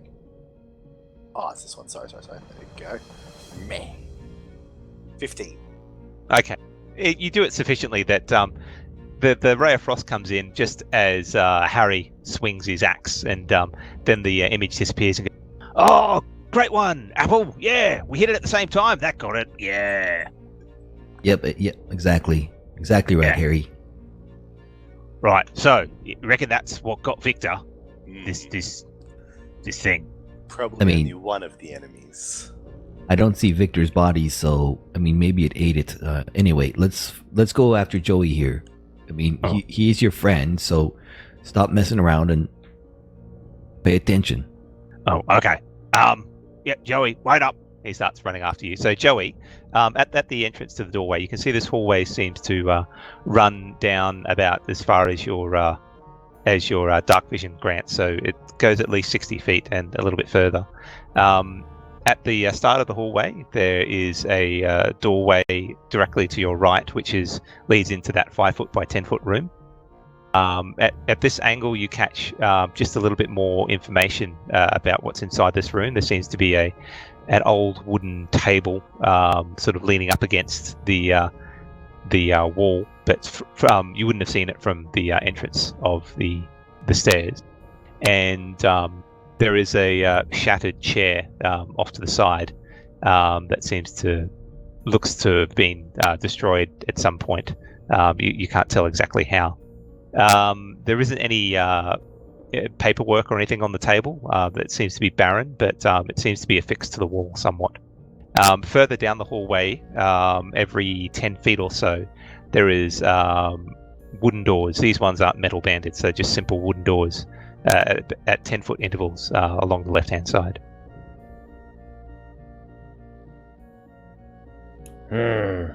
Lots of ways to goes. Should we each just take a door? Sounds fair. Grom picks up the door. You pick up the make a strength check to see how well you can pick up the one off the hinges. 18. You pick it up like it weighs nothing, and Harry goes, "Oh yeah, good work, Grom, Grom." that door. Yep, you got the door all right. Now, how about you go stand in front of that one, and I mean, if you want to keep that door, go right ahead. So your Does movement, everyone take door? your movement will be halved while you're carrying the door, but you can walk around with it. If you see anything, you smack it with that door, okay, Grom? Is the door a weapon? Does he get a Door's shield weapon AC stab. bonus or? He has to hold it with two hands. He gets 3/4 cover. It's very he would have 3/4 cover, but it's very wieldy. It'd be very difficult to use it as a weapon. Anybody that comes up directly to you, you let it fall on them. Grom lets it fall on Apple. No. I dodge out of the way. Make a dexterity saving throw.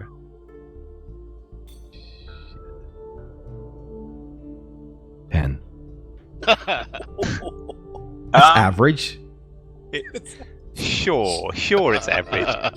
Okay, so you duck out of the way of most of it, but it catches you on the heel as you're rolling away, and it leaves a nasty bruise on the back of your ankle. You take 5 bludgeoning damage. What the fuck? I can barely walk anymore. I sit down on my ass and I'm like, you fucker.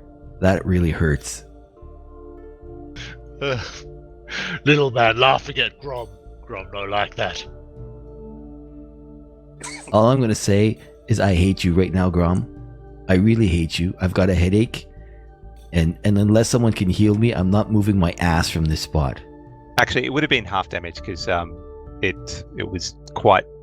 wasn't quite good enough, bad enough to be full damage. We're so you level only 1. take 2. DM Yeah, has forgotten that we're level 1.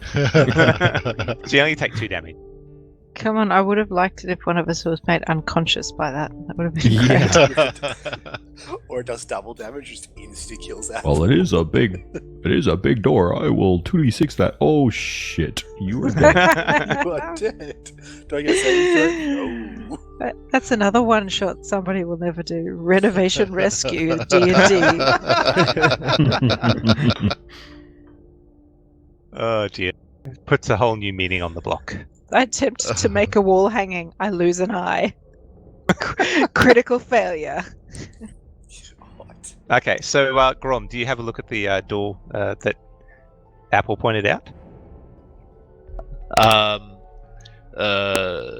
Sorry, so it was not the door that I picked up. What was going on? So there's You're doing a so door well, at about Grom. 10-foot intervals along the hallway. Once you dropped the heavy metal banded door, there's some other doors that are actually still attached to their hinges and closed along the left-hand side of the hallway, each at 10 feet intervals. Oh, okay. Grum goes and opens one of them. Okay, so can I get you? No, just kidding. You open the door, and inside you find that it's this room also seems to be emptied out, but the only feature to this room is what looks to be a solid looking bed frame just sitting in the corner. Bed in here. Anyone tired? You got some bandages, you ass?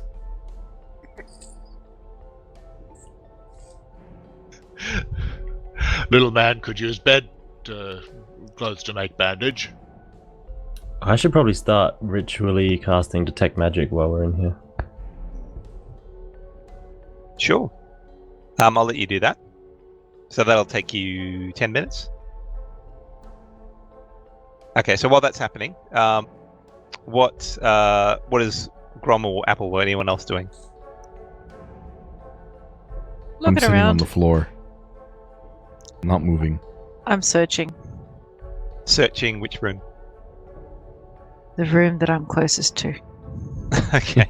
Well, you're still in the main room, in the 30 by 30 foot room currently, I unless search you've it. moved forward. All right, make an investigation check, please. Oh, that's a 6. I'm in a room. You're in a room. It's pretty barren and empty. You know that for sure. It's 30 by 30. Puts hands on self. I'm in What- this what- room. What's Eli doing? No, that's with a higher roll. Sorry.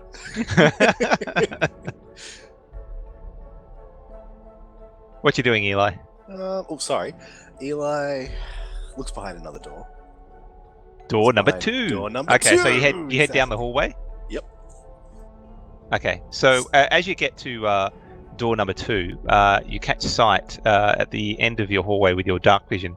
There seems to be a door, which is hard to make out exactly its features, but there seems to be a door slightly ajar up ahead. So the hallway goes down, and then there's a door. Also along the hallway, along the left-hand side, is these other doors. So if you open this door, you catch pretty much the same thing. There's another room. It's probably about 10 feet by 10 feet, so not too big. And this one seems to be completely empty. Alright. I jump back. The dancing light man runs down the end of the hall. Okay. So with the light of your dancing lights, you can see that the door that stops the hallway, as it were, is made of metal, and it looks pretty formidable. Although there's some rust stains that mark the door. There also seems to be a hole at about the 5-foot height that is about 1 foot by 1 foot square. I pointed out to old Apple on the ground. Like, do you see that? Do you see that door, Apple? There's light. Do you see it? No, I'm not looking at anything. Stop bugging me. I'm in pain.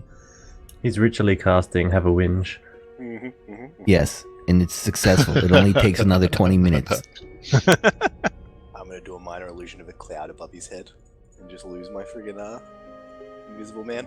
Like, is it? No. Minor illusion isn't concentration, so you can keep dancing lights up. Excellent. All right, I'll do a cloud above him with rain that's not falling, just still rain, because it can't be. You know, like someone took a photo of clouds and rain over a person. How do you handle this, Apple? There's a comical image of a cloud with rain. I've completely ignored it because there's I believe there's no sound with it, or is there sound with it? There's zero sound with it. I have to do So one. my funk has got my head bowed and I'm deep in my cowl, ignoring the world around me. Okay, so if you guys can continue to search the rooms, the rooms on the left-hand side, they'll pretty much follow a pattern. They're all 10 by 10 foot. Some of them have a wooden desk or a bed frame, but they all seem to share the same functionality. Some of them are empty, but most of them look very similar. No mattresses though, just bed frames. No mattresses. It's been pretty much stripped clean. Anything that was too heavy to carry was probably left behind. But you also see shattered wood as well. Who would steal mattresses but not bed frames?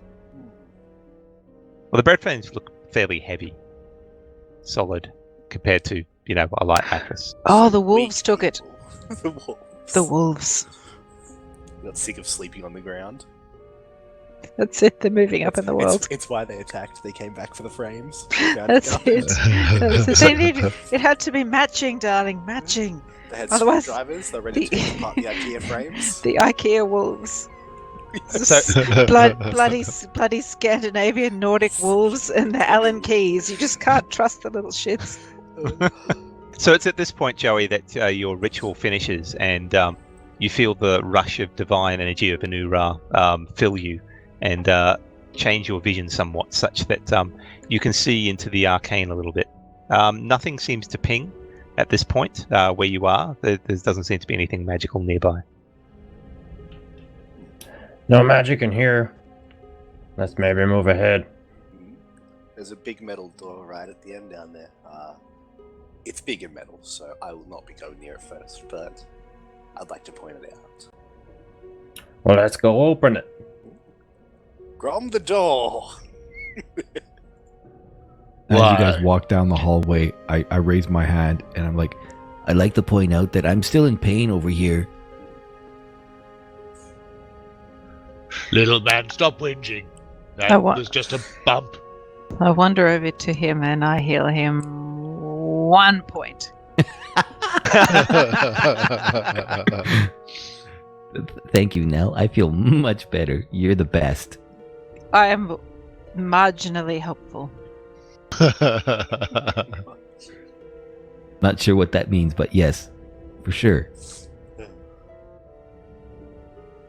What? Yeah. Why you ask Grom to open door when you're standing right in front of it? Is another one of your tricks? I flex my tiny arm and point to the non-bulging muscle, and then point to his bulging muscle that's not even flexed. Like, that's why. That's why. So, do you get close to the door, Grom? The metal door? Yeah, yeah, Grom walks up to it. Okay. So, Dancing light it'll be there.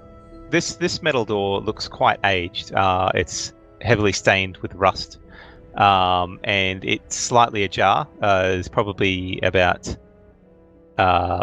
half a foot open.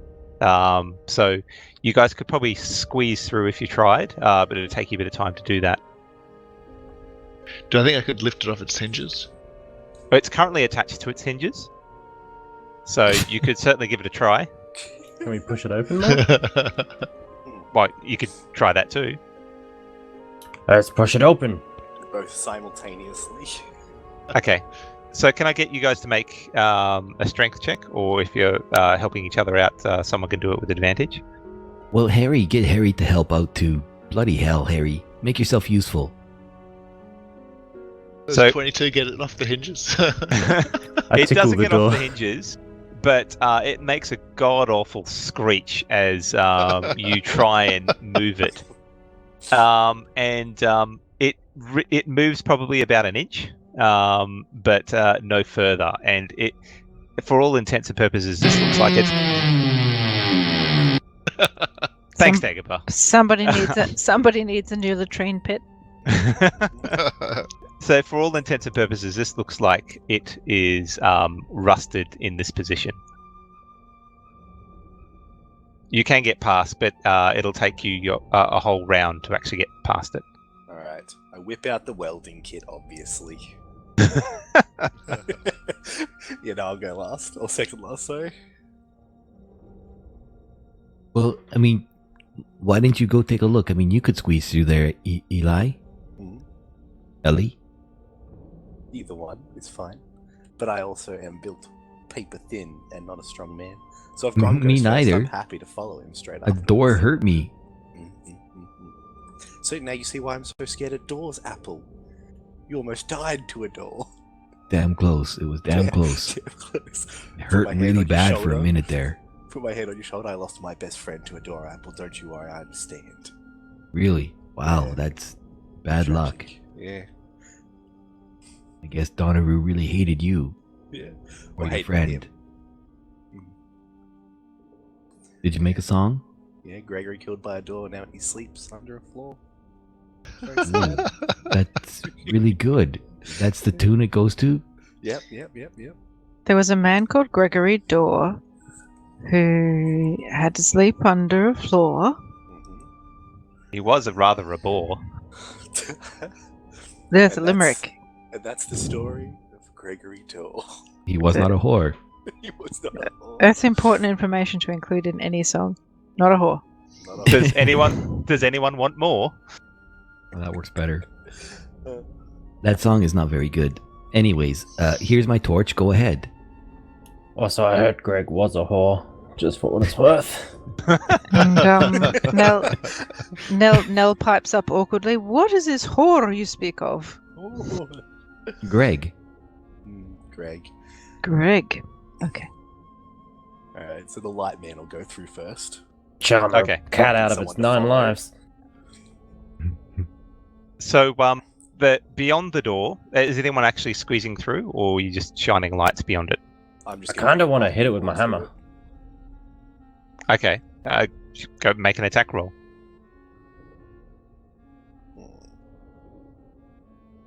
It's a door, so unless you'd rolled a 1, I'm thinking you wouldn't. You wouldn't miss.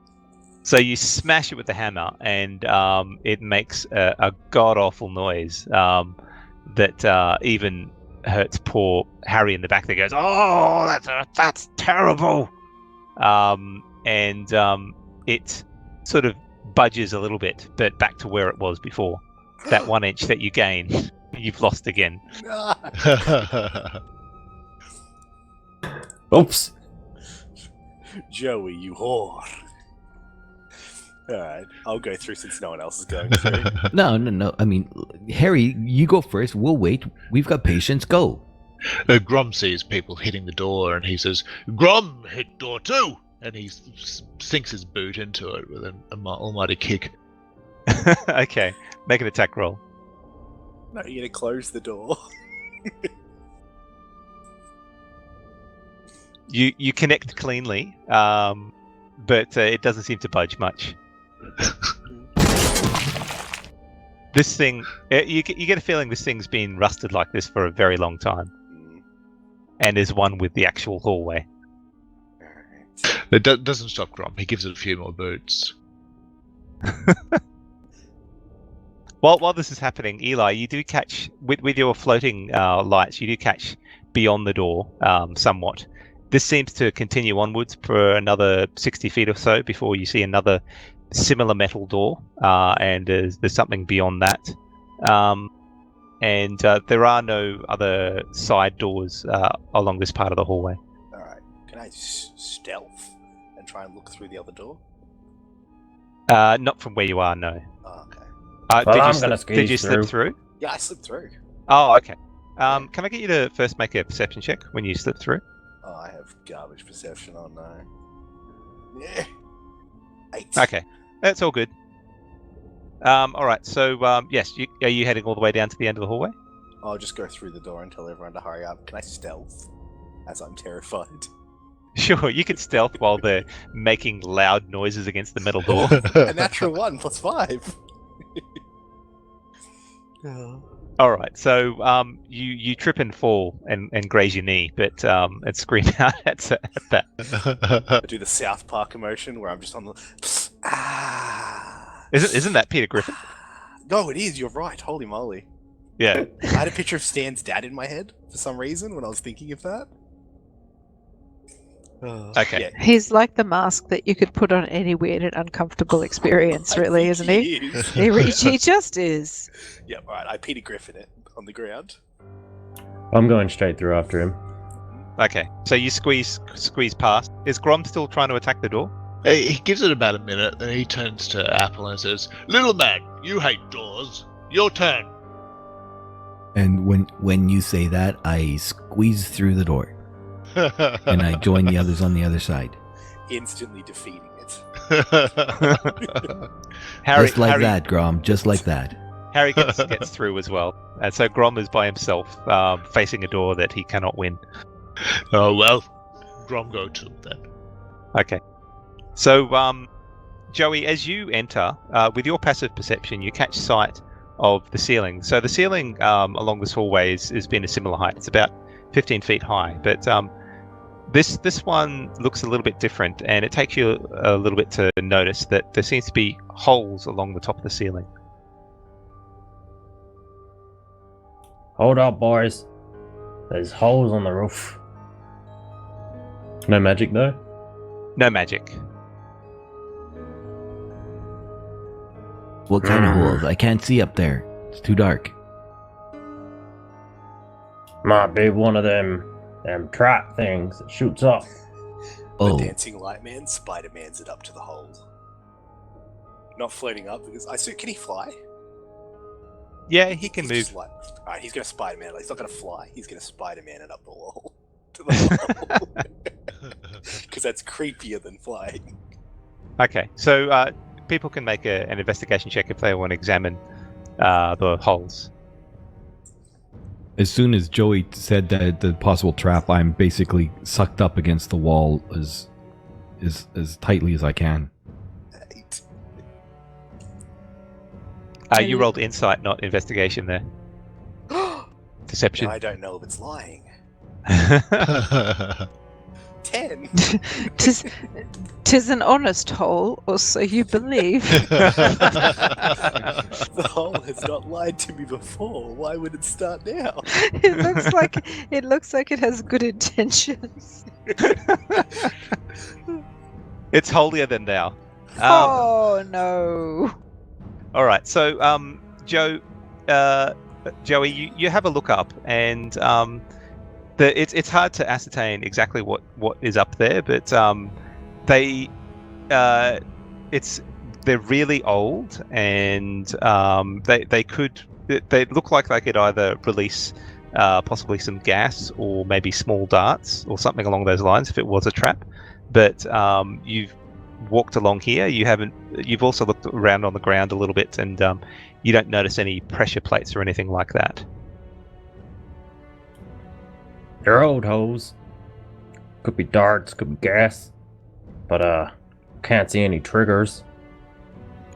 Put my hand on his shoulder and say, "Old honest holes, Joey. Old honest holes." Yeah, I didn't see any lies from them holes. Could be just like making rats up a drain pipe. Harry, go check the other door. Yeah, Oh, Harry. okay. You go down there. That's the NPC, right? I'm heading down there. Nell looks at him deadly seriously and says, "You know, holes are like doors for rats." These holes are really small. They would be no bigger than an inch wide, maybe smaller, like half an inch or so. Nell You needs underestimate the squeezing power of rats. That's true. now I'm getting flashbacks of Stranger Things, and I wish I hadn't. Oh. If anyone's watched it. Oh no! Anyway. New season. Oh my god. No spoilers here. No, but, I don't care about spoilers. You Sounds should not have terrifying. said that. That was horrible. Yes. Yep, that's it. Thank you. I think the first one was sufficient, but thank you. Okay, so Harry runs down and goes, "Oh, hey, there's this door is slightly it seems to be stuck in the same way, and there seems to be a room on the other side of here. I can't see Victor at all." Light man goes in the room. Sorry, what was that, Deception? The light man goes in the room. You can only go Okay. 120 feet away from me, so I'll stick within 60 feet of him. It's a pretty big room in here. There's some. You didn't need to send the light man. There's some light here. There's trees and other crap. What the heck? What is this place? I don't know, Harry. I don't know. But we need to go in there and steal those trees. All right, I'm going in. See him squeeze past. Oh god. So he's Okay. gone inside. Alright, I'm coming up behind you, Harry. What's going on? What's this? Hi. Then you hear nothing. Follow Harry in. Okay. I follow Joey in, terrified now that you said he just stops. I So slowly as- make my way down the hall, hugging the side of the wall. So Grub's going along with everyone else. as you enter the room, Joey, this room is quite a bit larger. So within this room, there's some sort of artificial light that's hard to locate, but it seems to permeate the room in a diffuse enough way that you don't need that light man to see the entire room. So there's slate tiles cover the floor, and in certain locations there seems to be old benches. There's also a section of the room that contains large pots that contain a variety of flowers, and that's all you can see from the room. You can see Harry standing over one of the pots, and he's just standing there still. But no magic auras or anything from my detect magic? No, nothing magical in nature that you can pick up on. Is his friend's head in the pot? Yeah, is he like leaning It's hard into to the say. pot, like sniffing the flowers, or just No, sort he's of just- like looking at him? He's standing there. Make an insight check. That's for Joey. Yeah, see if he's honest. See if he's honest. So That's good. it's hard to ascertain exactly what it is, but he looks almost catatonic. Well, also you are sniffing the flowers there, Harry? he's not responding directly to you at this point in time. Also, you'll notice the walls in this room are covered in vine creepers, green vine creepers. So apart from the entrance that you've headed through, most of the walls and the ceiling is covered in green vine creepers. Well, I'll hold my spot and call back to the party. Hey, I found your flowers. They froze up, Harry. Then, When I then enter you the hear, room, I'm like, Hey, how Joey, is there you should flowers take a look at this. and Oh, trees in these here? are cool flowers. Where's the sunlight? How is this possible? Yes, we must burn them. They're clearly unnatural. I shoot one with a ray of frost after hearing that from Nell. You'd have to do that. You have to go inside the room to do that. Yeah. I was assuming that we were inside the room. Okay, well, I need to find out who is inside the room at the moment. Ah, Me and Joey went in there first. I Yeah. know that. And then Grom was close behind, and Apple was still hugging the wall. Hey, Well, DM, That was so front. hey, DM, there's no Elder God in the next room or anything else there? Or there could be. Just Okay. checking. We can take on an Elder God, surely. at level 1. Yep. Perfect. Yeah, it goes really well when it happens. I can neither confirm nor deny the presence of an elder god. It could be Donnaru. I'm waiting for Nell to enter the room before I go in. I go into the room. I come up behind. I stay very, very far away from the flowers, apart from considering setting them on fire somehow from a distance, which I can't do using a spell. Riki's showing now. My what is what? Your Riki's showing. Oh. What do you do, Grom? So Grom he squeezes past the door. He sees a room with vines and flowers and all that. And I guess he's a bit taken aback. Can I do a perception check just to see if he notices any further detail? You can if you want. But I shouldn't. Well, no, go for it. I'm not going to stop you from rolling dice. Okay, 16. Okay, so I will, better than actually getting you to have a look, I will throw up a image.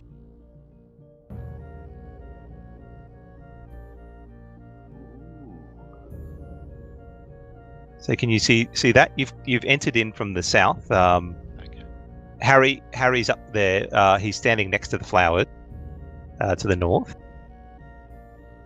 Now, is that a bearskin rug? No, there's cracks on the tiles. Alleged cracks. We haven't rolled yet. I'm pretty sure that's a bearskin rug. Sure. So this is what it looks like in the room. It's fairly contained. And you look around, and there is no noise in this room. It's quite quiet. The trees are not rustling, but you do notice some a small little cloud around Harry that seems to be settling to the floor. Burn it and get out. How is this possible, Nell? I mean, you're the learned one. There's no sunlight. Well, normally I have read about plants subsisting on photosynthesis, but perhaps one could speculate that instead of light, perhaps a potentially evil plant might subsist on souls or attention or energy. So perhaps, some kind of essence synthesis as opposed to soul synthesis. So, such a plant would attract creatures, suck out their inner essence, and they would die. The plant would bloom. So my hand is raised as I'm about to shoot off a ray of frost, and I'm like, So, you mean if I shoot my magic at it, it might consume my magic and get bigger? Well, perhaps we should just set it on fire and see what happens. I then, instead of pointing that, I in my other hand with the torch that I still have, I hold it out to put the plants on fire. What are you doing to set fire to the plants? The torch that I'm still holding in my right hand. I shift it to my left hand. And I just say, perhaps we should tie a rope to you just in case you get ensnared. So are you walking up to do that, or are you throwing it, or what's going on? I was about to lean, and then hearing Nell, I was just like, "Oh, you are really smart. Yep, here." And I tie the rope around my waist, and I give her the end, and as soon as she's got on it, I walk over to the flowers here to set them on fire. Okay. So as you're doing that, I will point out these trees don't show enough of the foliage that they're at. They're actually very dense foliage that seems to go down to the floor.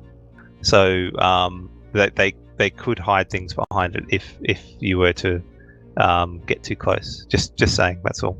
Okay. We might end up. If they were that dense, I would just walk up to here then, just in front of Grom, and I would throw my torch. Okay. I have to warn everyone, we might end up burning all humans if they've got captives within their branches. There's guys, the Riki we know. Nura made this life grow here. It's not our place to destroy it. I was waiting Oh, for you Chief should have to said find that off. before I threw my torch. Okay. 20-foot radius torch. So you're No. about to throw the torch. Yeah. Joey, you notice Sorry. there seems to be a rustling of leaves to the northeast where the trees are. Well, I see a rustling coming up up there from to there. the northeast, where So, that 10-foot marker is pointing. Okay. Apple, can I get you to make a dexterity check to see how well you throw this torch? Yep. Please be a natural one. Damn Not- it! That's the Not opposite. today. 21. I should ask him to roll with disadvantage, shouldn't I? No, just kidding. So you throw the torch and it flies towards the potted plants and lands inside, and it soon begins to smolder. But they're green, so it's a bit hard to set fire to green plants in general. That's not But working. as it does hit those plants, a cloud of dust or something is kicked up. That's very bad. Let's keep I distance. backtrack as soon as I see the cloud of dust. Keep Okay. back. All right, can I get everyone to roll initiative, please? Oh, shits and giggles. 19. 17. 11. Well, I'm going last. 16. -1 to initiative. How do you get that? By having shit-ass decks, boy. Harry's even worse. What's Harry's? Harry was a 3 initiative. Ooh. Okay, Apple. As you step back, there is some more rustling coming from the northeast. I step back and I fire a ray of frost in that direction. Okay, so you're moving to your right first. Yeah. I'm backtracking, backpedaling from the direction of... So my ass is towards the right. So I'm facing the flowers and the cloud coming from the flowers. Okay, can And you then point with where? my right hand, I throw it, do my somatic, and I'm like, Frio! And shoot out a So ray of can you frost. point to exactly which square you're targeting? Sure. I think I'll just target right there. You sound like Okay. a battleship. All right, make an attack roll with disadvantage. Alrighty.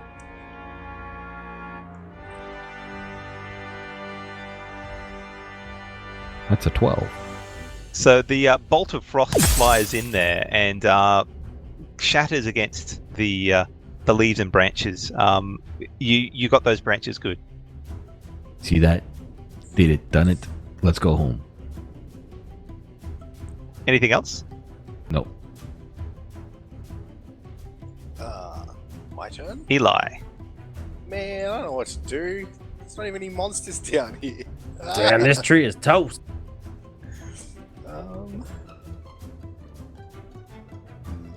just gonna move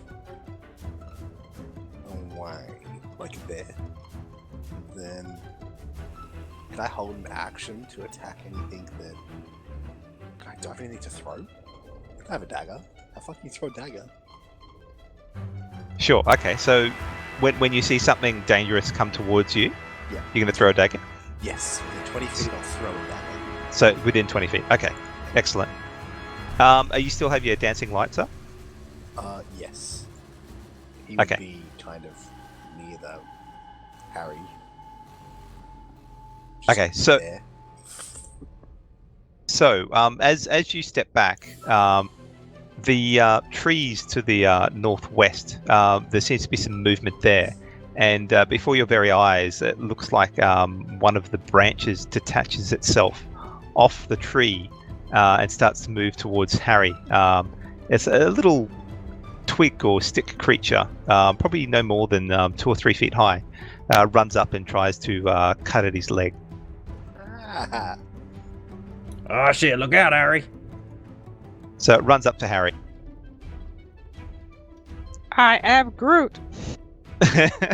But Harry, who's recovered from his previous stupor, holds up his shield and it claws ineffectively at it.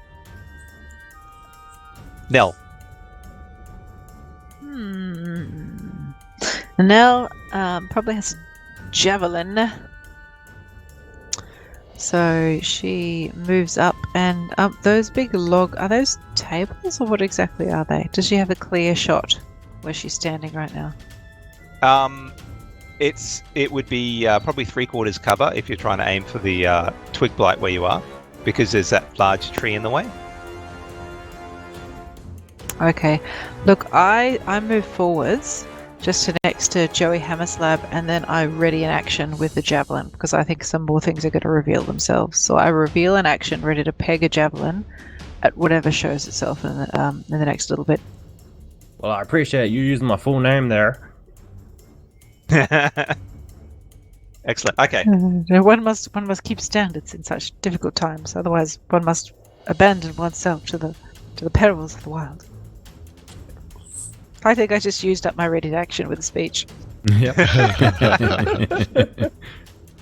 As you're saying those things so eloquently, a wolf steps out of the tree to the northeast. It looks a little bit muddled and angry, and it starts to approach Joey. So you get your attack, and I'll just reveal it. Is it carrying a flat pack, and does it look Nordic? Not quite. So did you want to make your javelin attack against the adult wolf there, please, Frankie?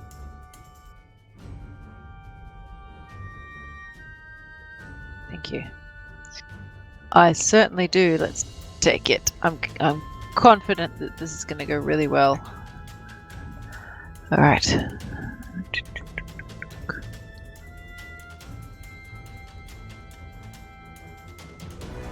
So with keenness of eye, the javelin flies true towards the wolf. Can roll damage. And sinks into the hide of the beast, and it growls, but continues on its path towards Joey. Ugh. Come at me, bro. Does that mean I get to throw my dagger at it? Yes, you do. It's come within 20 feet.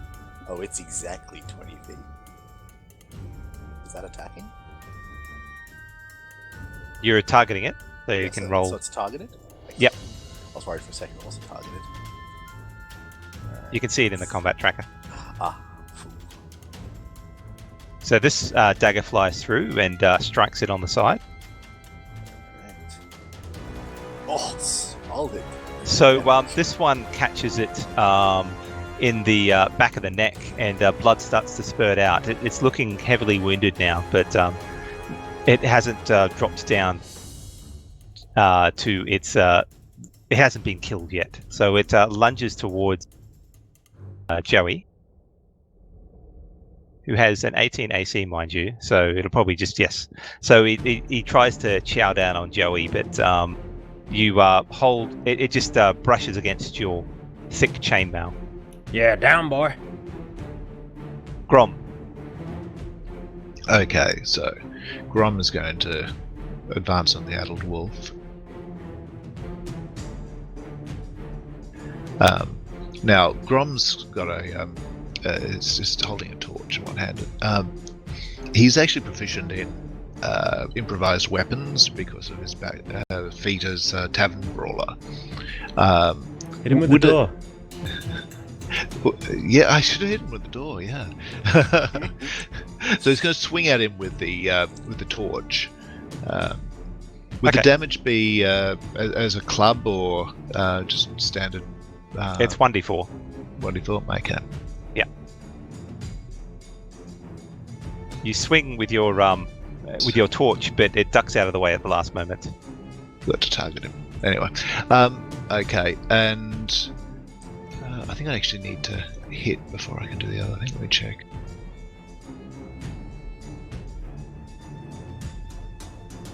Yeah. Okay. That's him done. Okay, so another one of those twigs seems to detach itself from the tree to the northeast and races towards you, Grom. Oh, sorry, I forgot to say I'm entering a rage. Okay, do you want to add that to your to your stats.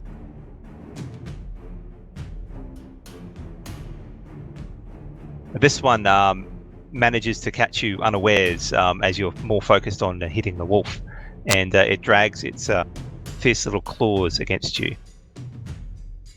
Stick claws. And can I get you to make a Constitution saving throw, please?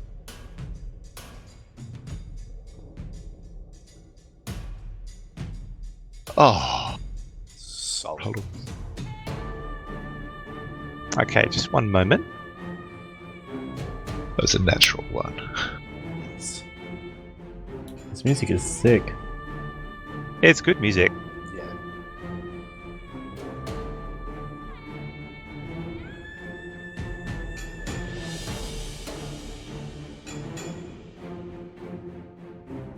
Okay.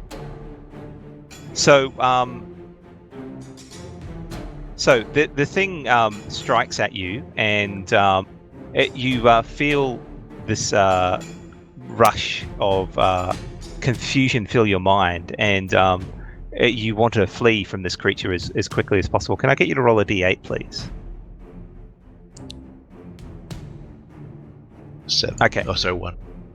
So you get to move in a directly north your movement. Sorry, is that my remaining movement?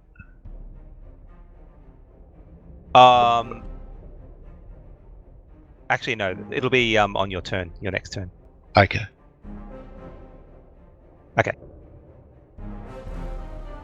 All right. So that's that creature.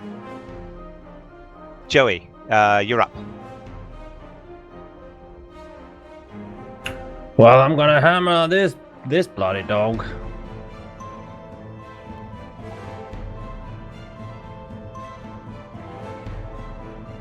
You hit it with your hammer and smash it to the ground.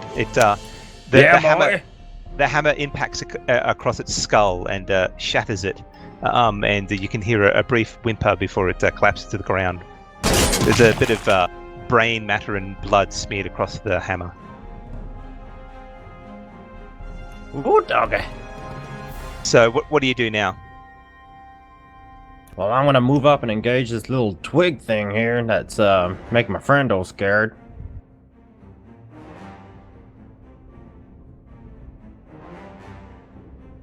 I'll get rid of that wolf. Anything else this turn? No, I think that's it for me. Okay. So Harry, meanwhile, turns to this twig thing, goes, "Hey, you stay away from me!" And he swings his battle axe at it. Manages to hit, Yes. and slices off one of its arms, but it's still standing. Meanwhile, another branch to the west of you, Nell, seems to come out, and another one of those twig creatures races towards you and attempts to strike you. Look out, they're coming from everywhere. So it manages to hit you and graze you on the side. Can I get you to make a Constitution saving throw, please?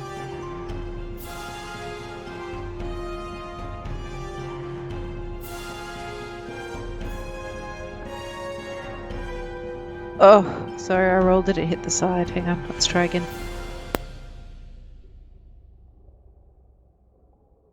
Two nat 1 saving That's throws. bad. The initial one was an 11. I'm objecting to the second one, but anyway, it is what it is. Okay, so on your turn, you get to make a melee attack against the random creature within reach. So currently, it's the creature that is attacking you. Bam. So it's a net plus game. Apple. You did warn us that we were wasting our good rolls early on. That's true. What? No, you don't do it yet. Can I save that one? Is that number 2? Yes, you can roll that damage again once you hit. Anyway, sorry, go on, Dagobah. So I'm focused on these two creatures that have come out and are interspersed amongst our company. But through the corner of my eye, would I have noticed the cloud of whatever it was coming from the flowers? Is it getting bigger? No, it seems to. It almost seems like it exploded once the the torch hit there. Okay, so in that case, then I move. Oh, come on now! I move there. Get a really good bead on this guy who's in front of me, and I will send a ray of frost into his face. And you hit. Ka-choo. Describe its demise. I have both hands held up like in my index fingers together with my thumbs crossed, very much forming like a pistol thing, and one eye down my finger length pointing right at his ear hole, and I fire the ray of frost through his ear hole, and it passes through, solidifying whatever brain or freezing whatever brain was in there, comes out his other ear hole, and then his face bursts and he falls down dead. I don't think I need to add to that. That's quite the gruesome image. And I shout, "Huzzah!" Okay, Eli. Alright. Run up. Attack that from behind. That's +2, right? Yes. Yes? I know it's not like advantage, because I think that's also a stupid rule. And, no! You I swing and it ducks out of the way. I hit nothing. It was going to be so grand. And that's my turn. Okay, the little twig blight next to Harry attempts another strike at and fails again. This time it tries to hit him on the chainmail, and he just sort of steps out of the way and it misses him entirely. Nell, now that creature that was adjacent to you has been destroyed, you can swing at it and squish it, but outside of that you can't really do too much this turn. I sigh with satisfaction, make a brief prayer to Donaru that its soul may rest in peace, and then move on to the next person's turn. Well, you're currently confused, as in that you would have swiped at the nearest ally with your melee attack, but since that's gone, you can't really do anything this turn. But pray? You can pray, yes. So, Grom, can I get you to run your movement speed north? Okay, am I this prevented turn. from moving by the twig blight at all? No, you can step past it and through your ally, Joey, as you run away.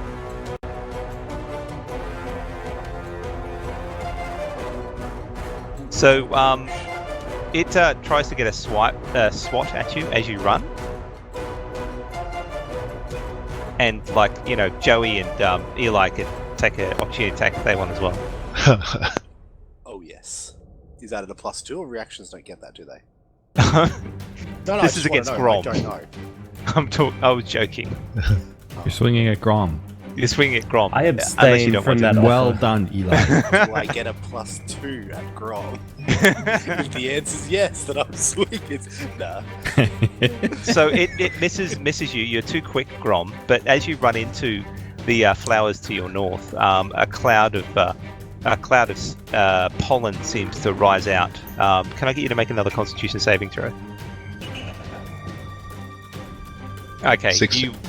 16. So you're getting a bit more used to this sort of toxin, and you hold your breath, and it seems to dissipate and it doesn't affect you. Okay. So I've taken my move action. Do I get my other actions at all? No, that's your move this turn. Okay. Okay, so the little creature who was it hurt by? I don't think I didn't. either of you have heard it yet. Nope. Okay, it's going to roll a d4. 1 to 2, it's going to be Joe. 3 to 4, it's going to be Eli. I like your fairness. All right. It tries to hit Joey. Oh, it's a natural 20. Ah, you little shit. So he finds a vulnerable spot behind your knee and sinks its barky claws in there. and you feel a fierce pain. Can I get you to roll a con saving throw, please?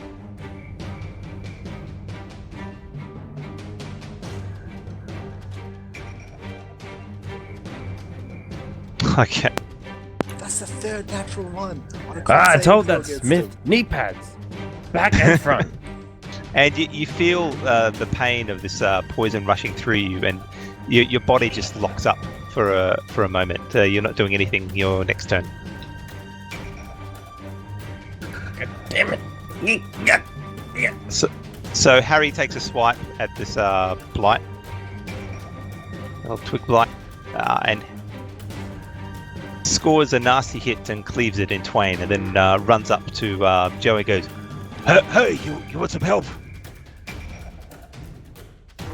Yeah, I'm paralyzed. Yuri. Yeah. Apple, you're up.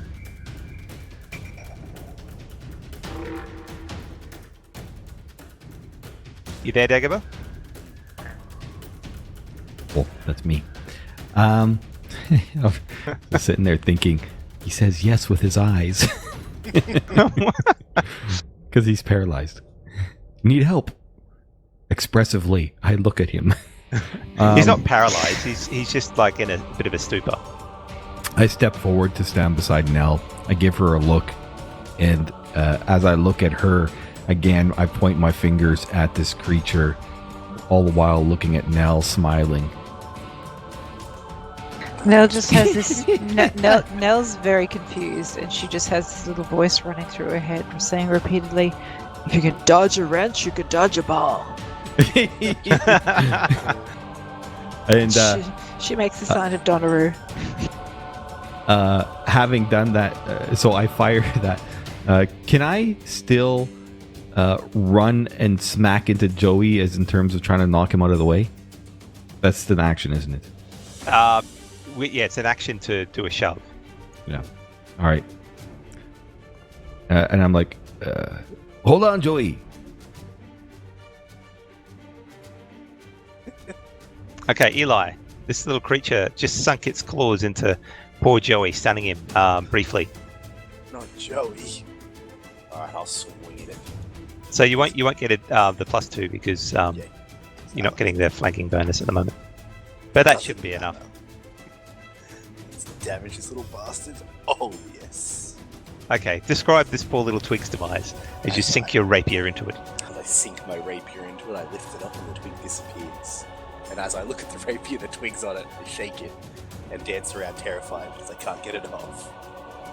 I'll flick it off at the end. Like, yeah. So you find the structurally sound point under its armpit that just follows the rapier all the way down to its leg, and you now have a twig for a leg, twig for a sword. Twig for a sword. Excellent. Okay, but that combat's over. Joey, you recover from your brief level of stunned, to want a better term. And Grom, you can move away if you want from the flowers. I got you. See, Joey, Sorry, I saved your ass. So what was that, Nabtar?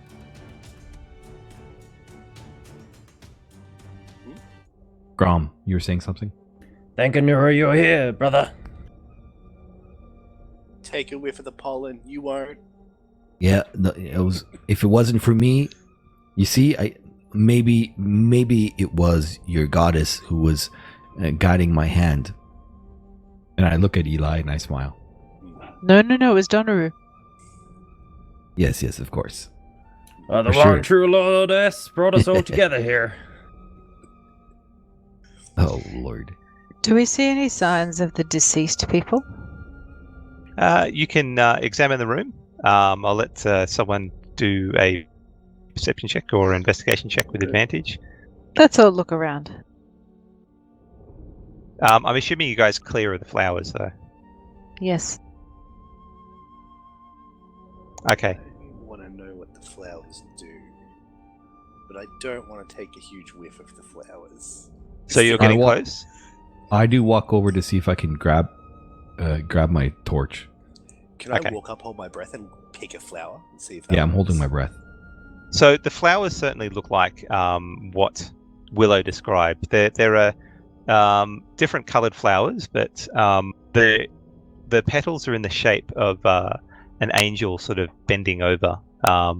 If you want to be artistic with how it was designed, yeah, for an angel that seems to be praying or looking fallen, as it were. Is it kneeling or is it bending over like it's picking something up? Is it a flower kneeling. or is it an orchid? Oh, an orchid. Orchid. So, has it like fallen over? Is it like a splaying on the ground angel? It's just... Yeah, like I heard about how you make the angels in the snow. Like, is it like one of them ones? Oh, a snow. I didn't keep away from the yellow flowers. So you can, as you get closer, Eli, and pluck a flower, a cloud of pollen kicks up. But since you're holding your breath, it's ineffective. Can I run out with the flower? Apple, are you doing the same, or are you just trying to collect Yeah, it? I'm holding my breath and going to not pick a flower, but grab my torch. Okay, so you can select your flower, collect your torch. There's an explosion of pollen near you, but while you're holding your breath, it's ineffective. I quickly wave my torch at the explosion of pollen. It dusts away and sort of lands on your shoulders a little bit. Little man eat flower now? I backpedal. But anyway, as you guys investigate the room, you do not find any sign of Victor, of Carrie, or of the lost love of Willow. But Joey does notice that some of the vines along this room are not as thick as the others, and he looks like there is a door here that's so covered in vines it was hard to see initially. Where's the Found a light coming door. from? Can you guys see where this light is coming from? Let's kill the light. This is an evil place. Aren't you a Humi? Don't you have Humi eyes? Don't you need this light? That's why I've got this torch. Torch is a natural light, though. So, this light is making these. Maybe this light is what's causing these flowers to. It's bad light. It's devil light. If I keep the flower with me, does it keep emitting pollen? The one you have, it stops after a while. Okay, so it's just a burst and then it chills. Yeah. So, I'll put it behind my ear. what happens if Eli, if you hold that flower out, like if you put your arm out and you hold the flower out in front of you, what happens when you do that?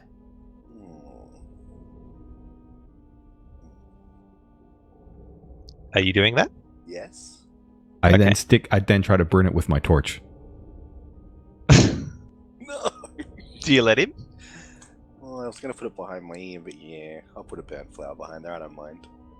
He likes to Okay, trust so him. it shrivels up under the fire and sort of looks like it's reduced almost to ashes. You owe me one, Eli. I saved your life. I saved your life. I put it behind my ear. Whatever's left. there's not much flower. there. It's a tiny stem. I put the stem behind my ear.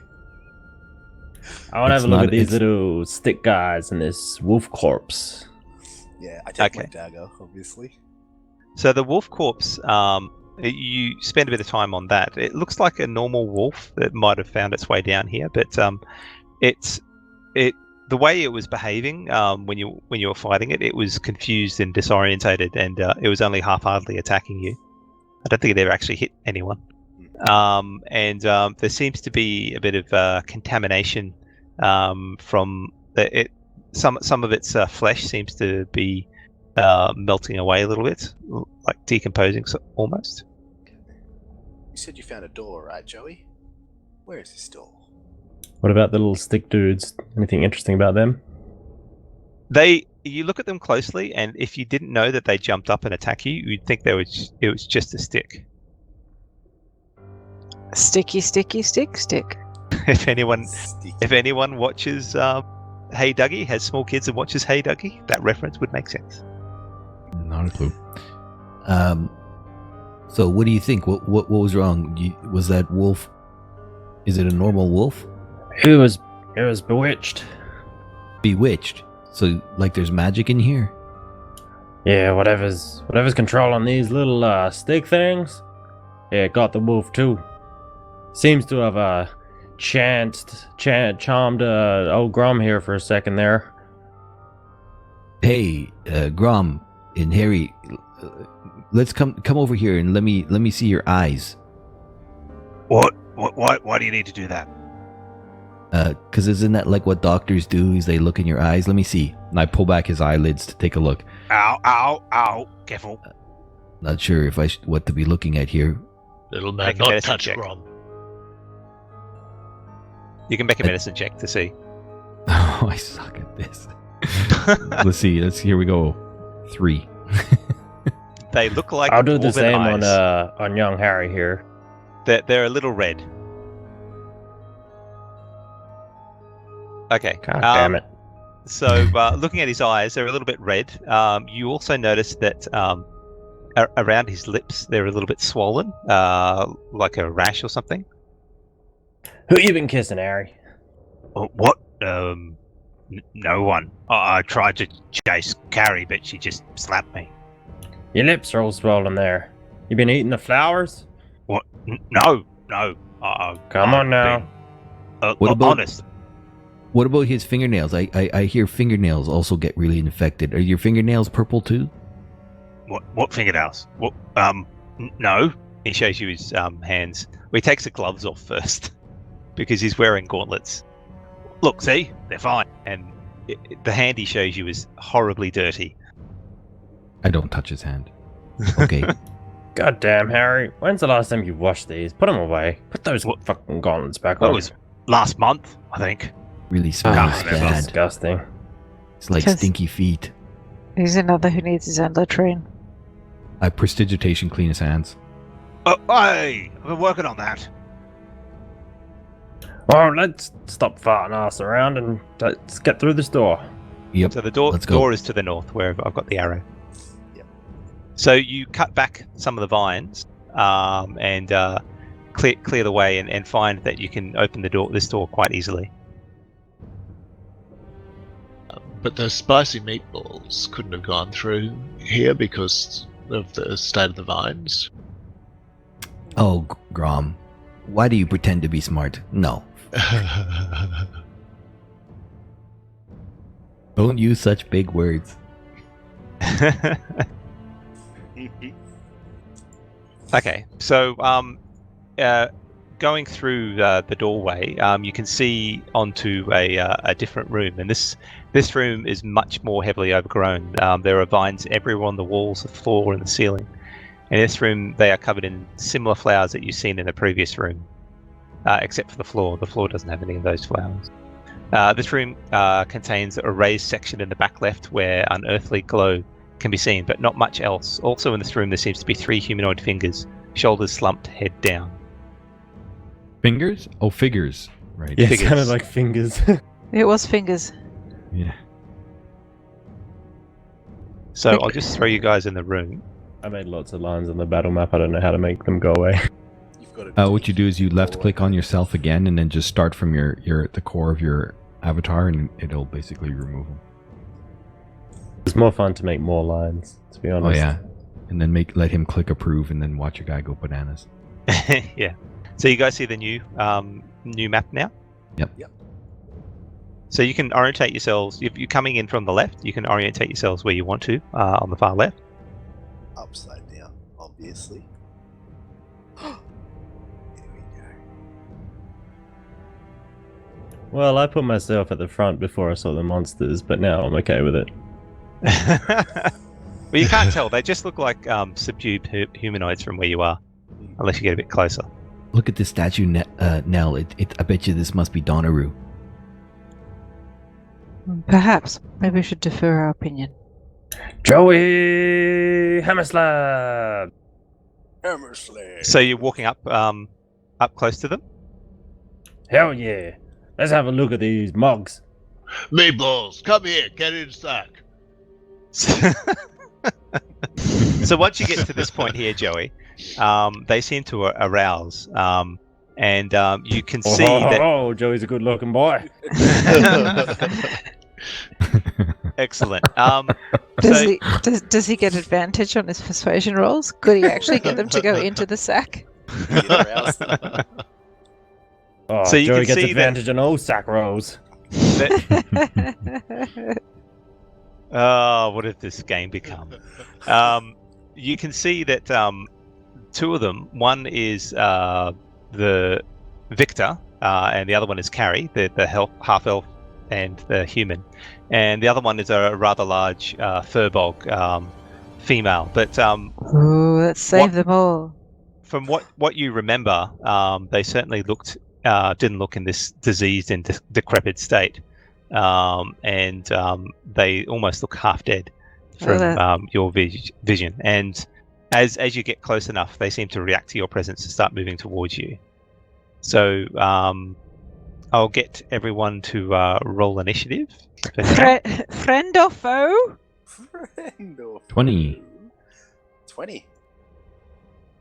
Look at that. 16 for Joey, 19 for Nell, 6 for Grom. A solid 6. Can we convince them to come with us and be the heroes, please? What are they subdued? Anura, save your souls. I cast Greater Restoration. I don't have because you have that spell. I cast Level Fireball. 1 Greater Restoration. Yeah, that's the best spell ever at level 1. Spare from dying? Okay, so Apple, you're up first. Hearing the noise as they're yelling, I come back from around the statue, and seeing what's going on, I say, "Stand fast!" And I do the following.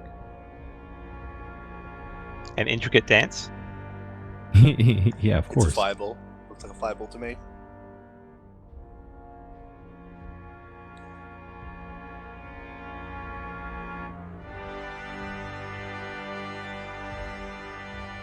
All right.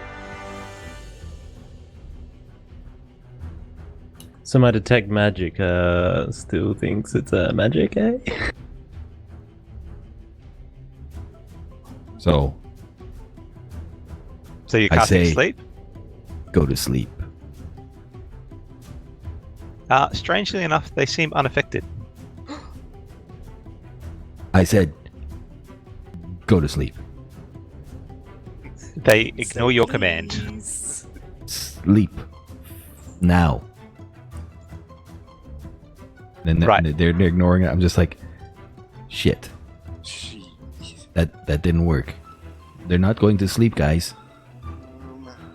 So the same sort of diffuse light seems to permeate this room as well, and it's much stronger up in the back left corner. Eli, you're up. Alright. And I target 3. I target all 3 once. Yeah, you can hold down Control and left click on each of them. Oh, yes. We are casting Bane. Did it work? Did I win? You cast Bane on 2 of them. One of them succeeded. So drop the effect. So you It'll- need to drop the effect now. Yeah, How do I do it'll that? automatically put it on the faileds. How do I do that, sir? Just press Make the sure effect you. button. No, not yet. Make sure you select them because you remove the target. Okay. Oh, so yeah, I've got to reselect put it on them, the yeah. half elf Actually, and the just human. just drag it on manually because I think it's probably reset now. Yep. Okay. Yeah, if you unselect it, it's So reset. you've got it failed for the half elf and the human, but the furbog is clear. So if you want to add that effect, or you want me to do it for you? So put it on the furbog and on the human. No, and no, half the elf? human and the half elf. Okay. There you go. You got it. There we go. You did it. Perfect. Well, and then I will, just move up to there, but not too close. And that will be my turn. Thank you. Okay. Nelly, or Nell. Okay, You're up. so Nell is aware that these are people who are. She's not going to target her friends, hang on. And Nell's aware that these are people who she probably doesn't want to kill unless she has to. So she moves ahead and speaks. How far can she move? Not that far. And she speaks in a nice, loud, clear voice and says, "Friends, we have come to return you to your former lives." As she readies an action with a javelin in case things turn to shit. Okay. Harry, on seeing... Actually, he's not even on the map yet. No. Poor Harry. Oh, Harry was left behind. Okay, Get in the Harry, game, Harry. Harry goes, "Oh, Victor, come here. Haven't seen you in ages." He just races up to him. Oh no, Harry. Should have done that, Harry. He was the boy. Harry. Stop it, Harry. So it gets close to Victor, but not quite close enough. Meanwhile, Carrie comes up towards Harry, Carrie and Harry, Yeah. and tries to chow down on him.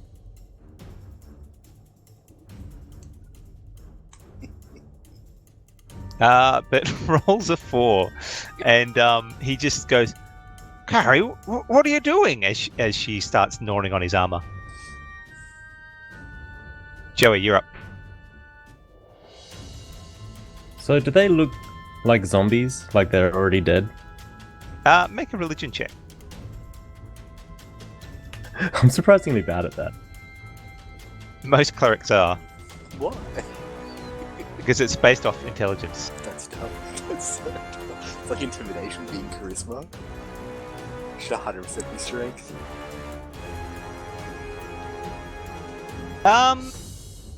You haven't faced a zombie in the flesh. You've heard about them, and the descriptions seem to reflect the state that these people are in. Their flesh seems to be slaughtering off and decaying, and they seem to be running off basic instincts. So you're pretty confident that they would be zombies, but you haven't seen them before.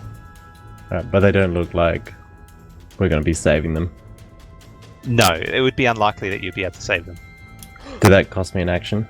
He didn't say No, possible. no. I'm happy for you to have that as a bonus. Oh, damn, I was going to use a bonus too. Alright, here we go.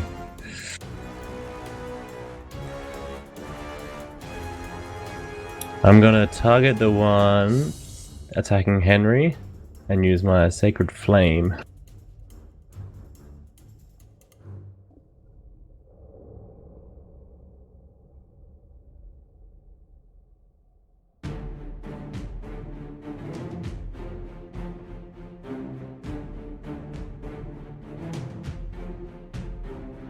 I don't know if I did that right.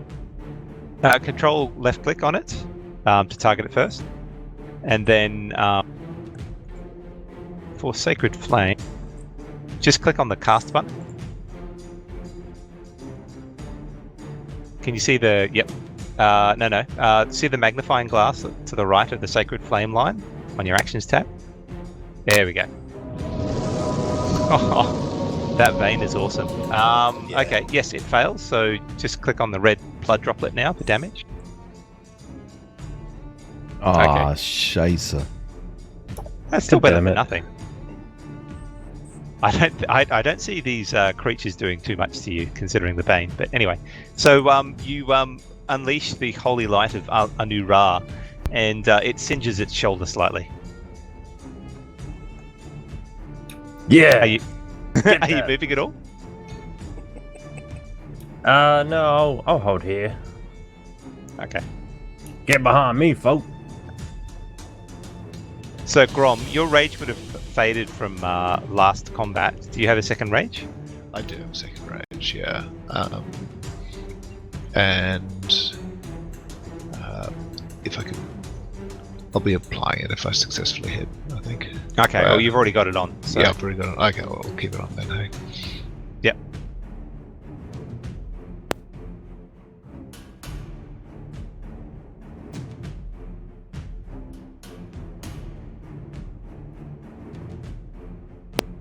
Yeah, Grom will rush over and he'll try to rescue Harry from this half-elf zombie. It says, Get it off me, Grom. She's gone nuts. I mean, I asked her about something. You know, maybe we could take it somewhere else, but she's taking it too far. Grom said, "Get in, sack!"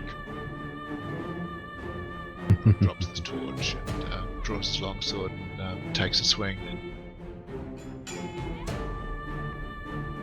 Oh, forgot to That would type. be a hit.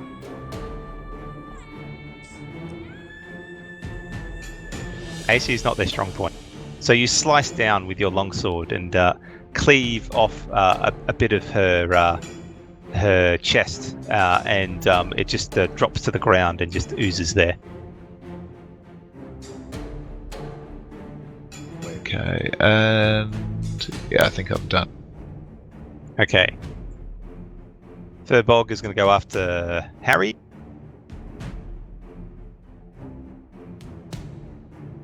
And try and hit. Ah, success.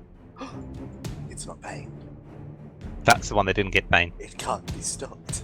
And maximum damage as well. Wow. So this one sort of lumbers up towards Harry. She's quite a bit taller than Harry, and just unleashes with a large hand that catches him on the shoulder and rakes down across the back of his neck, and he sort of staggers under the pain. Oh, Harry, no! Harry, no! Subdued human. So Victor moves up towards Grom and tries to chew on him. Nom nom nom. Bane. It's still a hit. He's raging, so he'll take half damage. So Victor sort of he's got a sword on his hip, but he's obviously not using it, and instead chows against you, Grom, and catches you on the upper thigh. Apple, you're up. No, eat grub. I got you, Grum. I got you.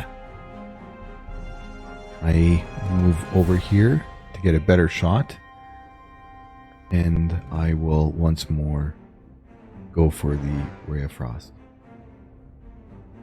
If in doubt, Ray of Frost. And you hit.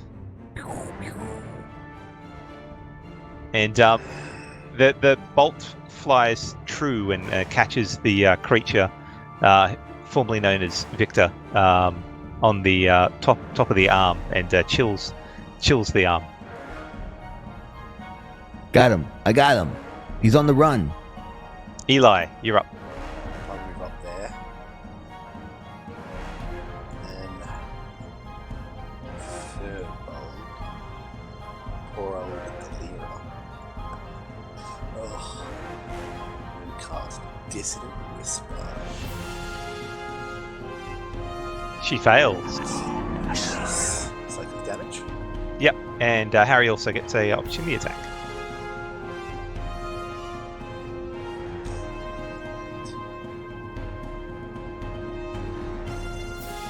Yeah, 'cause she has to run. Yep, I'm just doing the opportunity attack first. Oh no, I was just I just read it there. Oh, wait a minute.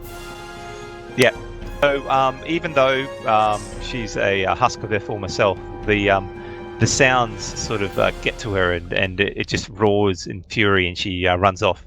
As this is happening, not Joey, Harry gets to swipe at her and sort of cleaves off one of her arms. He runs to death. Excellent. And that is my turn. Oh, Ooh, sorry. you skipped over now. Yeah, I That's ended, okay. and then Atom also ended at the same Yeah, we time. did it both at the same time. Nell, you're up.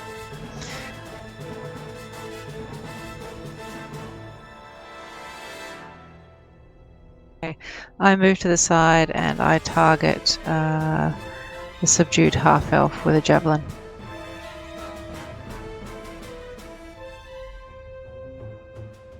And you hit. And the javelin sort of sticks inside its chest. How's she? Harry has a bit of a swipe and also hit. Oh my lord, critical. Oh, there's a crit. Oh, nice. And they die on crits. They don't even get their con save. Oh, So- that's right. With an angry fury of who's that? It's Carrie. I loved you, but now you must die. He swings his battle axe and cleaves her head from her shoulders, and she collapses to the ground. And then he moves up to Victor. Did you know this about Carrie? She really wanted to take a piece out of me.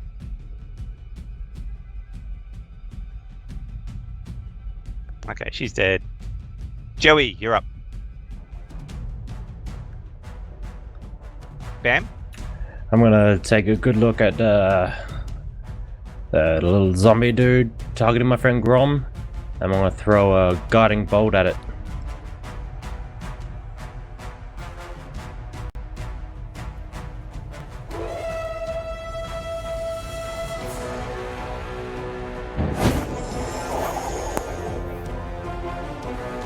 Bolt of brilliant energy smashes into Victor and lights him up. Oh no, sorry, is that? Yeah, it was Victor. So you want to add the effect for advantage attack?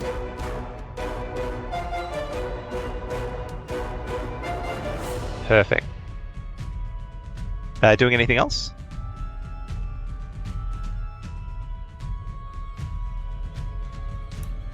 So he's still up? He's still up. He's looking relatively injured, but he still stands. Then I'll use my bonus action to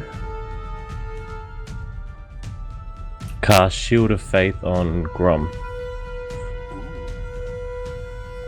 You can only cast one. If you cast a minor action spell. Alright, it's gotta be a cantrip. Never mind. Yeah, it's gotta be a cantrip. I'll just hold here then. Yeah. By the power of Anura, eat that damage!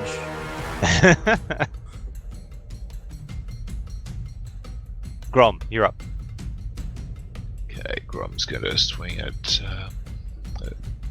subdued human. Who's Victor?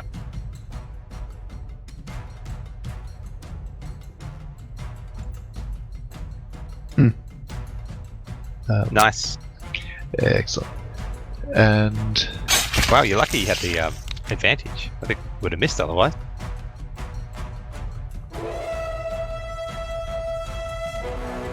there you go. Grom said, "Get inside." You cut through poor Victor's arm, and he loses one of the arm. He's only got one arm left. All right, so the Furbog turns around and starts chasing after Harry now, and it's not even going to get the +2 for flanking because it's a zombie. And probably should have taken it because it misses otherwise. Okay, Victor tries to chow down on Grom. But misses terribly. You sort of knock it aside with his poor attempts at trying to bite down on your chest. Apple. Fall, damn it, fall! Let my ice burn.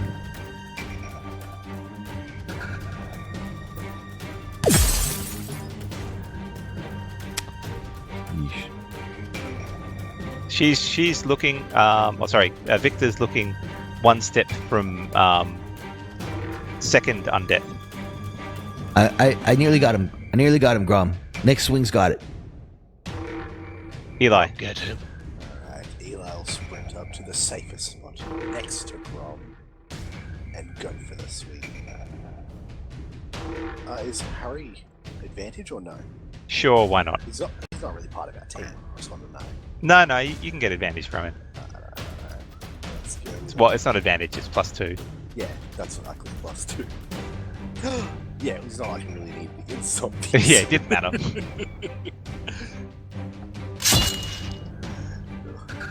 Okay, hang on a second. Does it die? See, it actually died. Oh my god, that's lucky.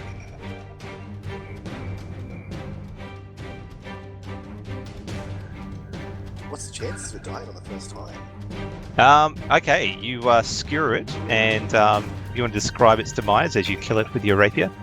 I stab through it with my rapier with a little stick man on the end of it. The stick man's still there. I wasn't taking the stick man off. I leave the stick man in his chest as I withdraw it like he's a sheep. So did you ever like Victor, or you always hated him? Always hated Victor. His meatballs were average at best.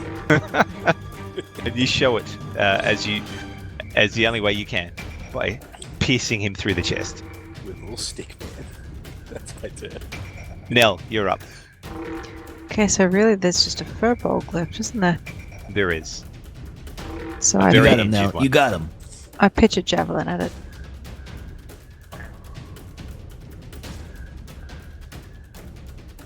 Okay, so we do 7 damage. And that's it for this time. Sorry! Okay, so Harry tries to swing at the furball. And he finishes it off. Well, maybe. That's enough damage, but let's see if it makes a saving throw.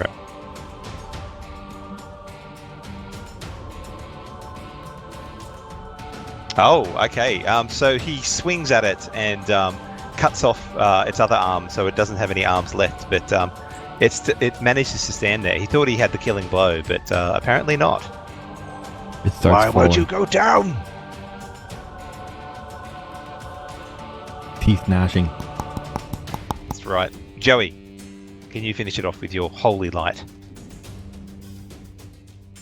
Aye, you'll not get up from this.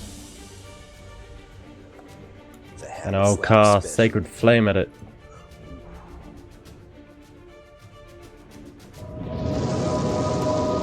Oh, wow.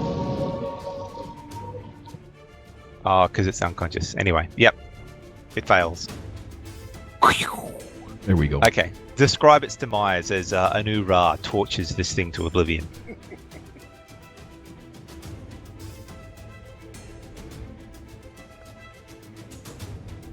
How do you Bam. kill it, Bam? How you want to do this, as they say. Well, maybe he lost his mic. Can't hear him. Bam, no! And Ura whisked him away as he finished his song. Sorry, I was holding the wrong button. A white light comes down from the heavens. It ignites in a holy flame of Anura. She takes its soul back up to her rightful place. You swear you can hear Anu Ra as it happens. But none of us can. What happened there? He just fell over. What are you talking about? I cast Bless on everyone but Apple.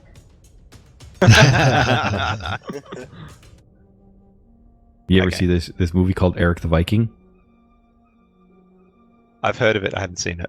Yep. Wears the invisible blanket and What's he a thinks that he's movie? invisible. He's running around. I'm invisible, but he's really Yeah. not. Everybody can see him. Oh, that's right. It's very Okay, funny. yes. Let's focus on the game. Yep.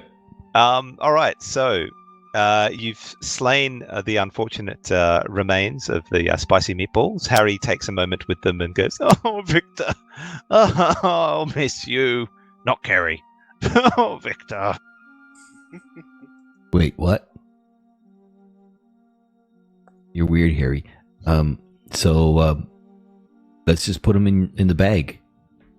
Right, and I meatballs use in presti- sack. I put them a prestidigitation to clean up their corpses. Okay. You I'm collect the gonna try and corpses. see what did this.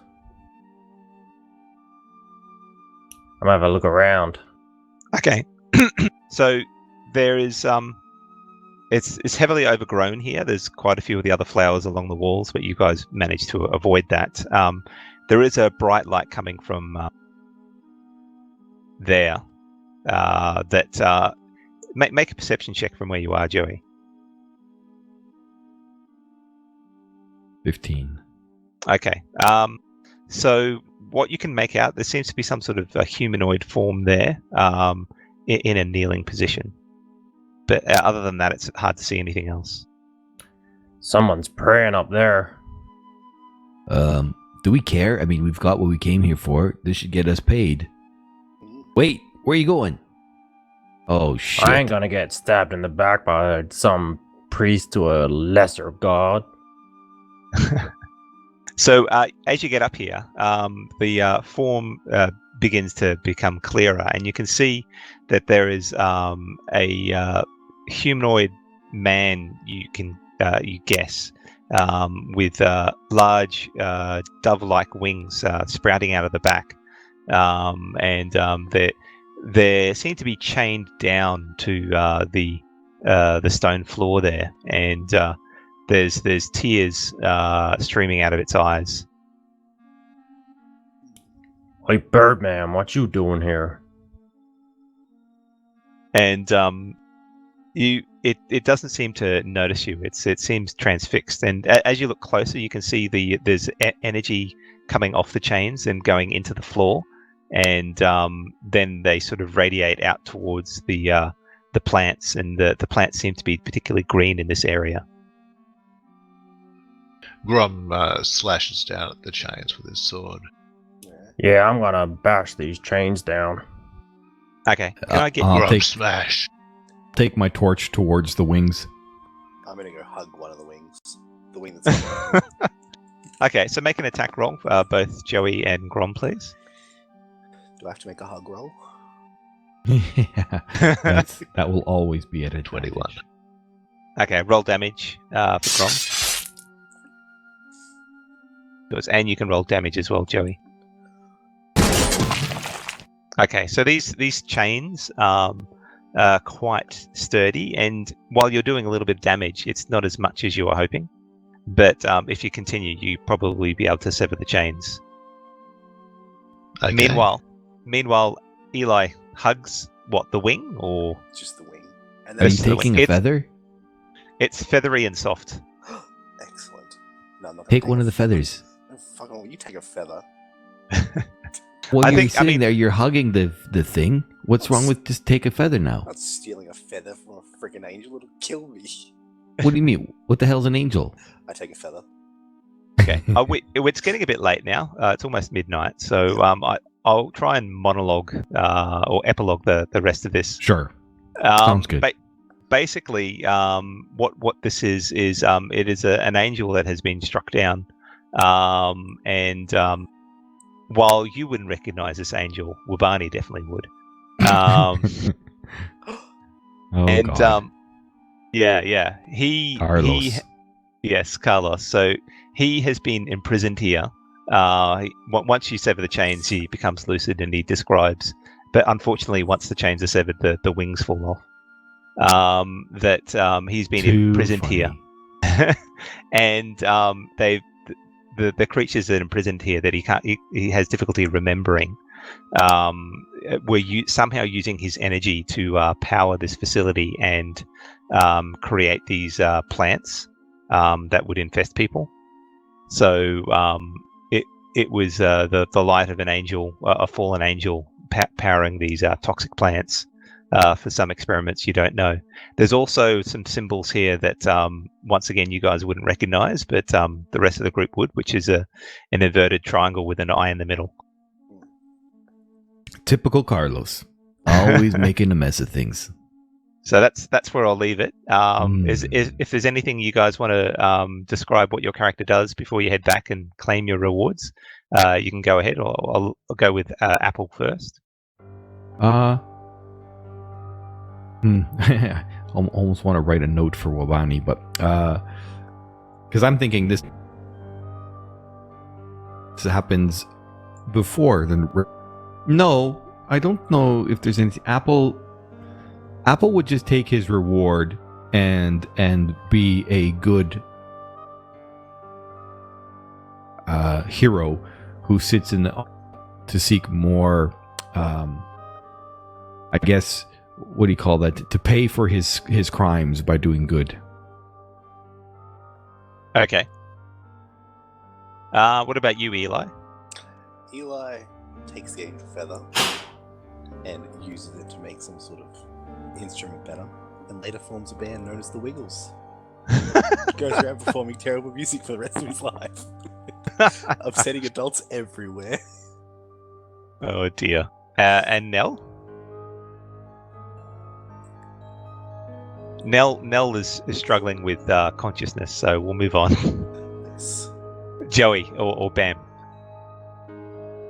Well, despite any evidence to the contrary, Joey Hammerslab's gonna keep believing that his god's the only god, and he's gonna go back, claim his reward, and use it to keep on preaching the good word of her Lord.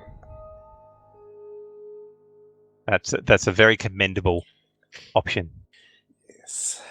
Not And, in the real world, but that's Joey Hammerslab's way. That is Joey Hammerslab's way. Her And lord? And finally, Grom. Were we supposed to find a sword as well?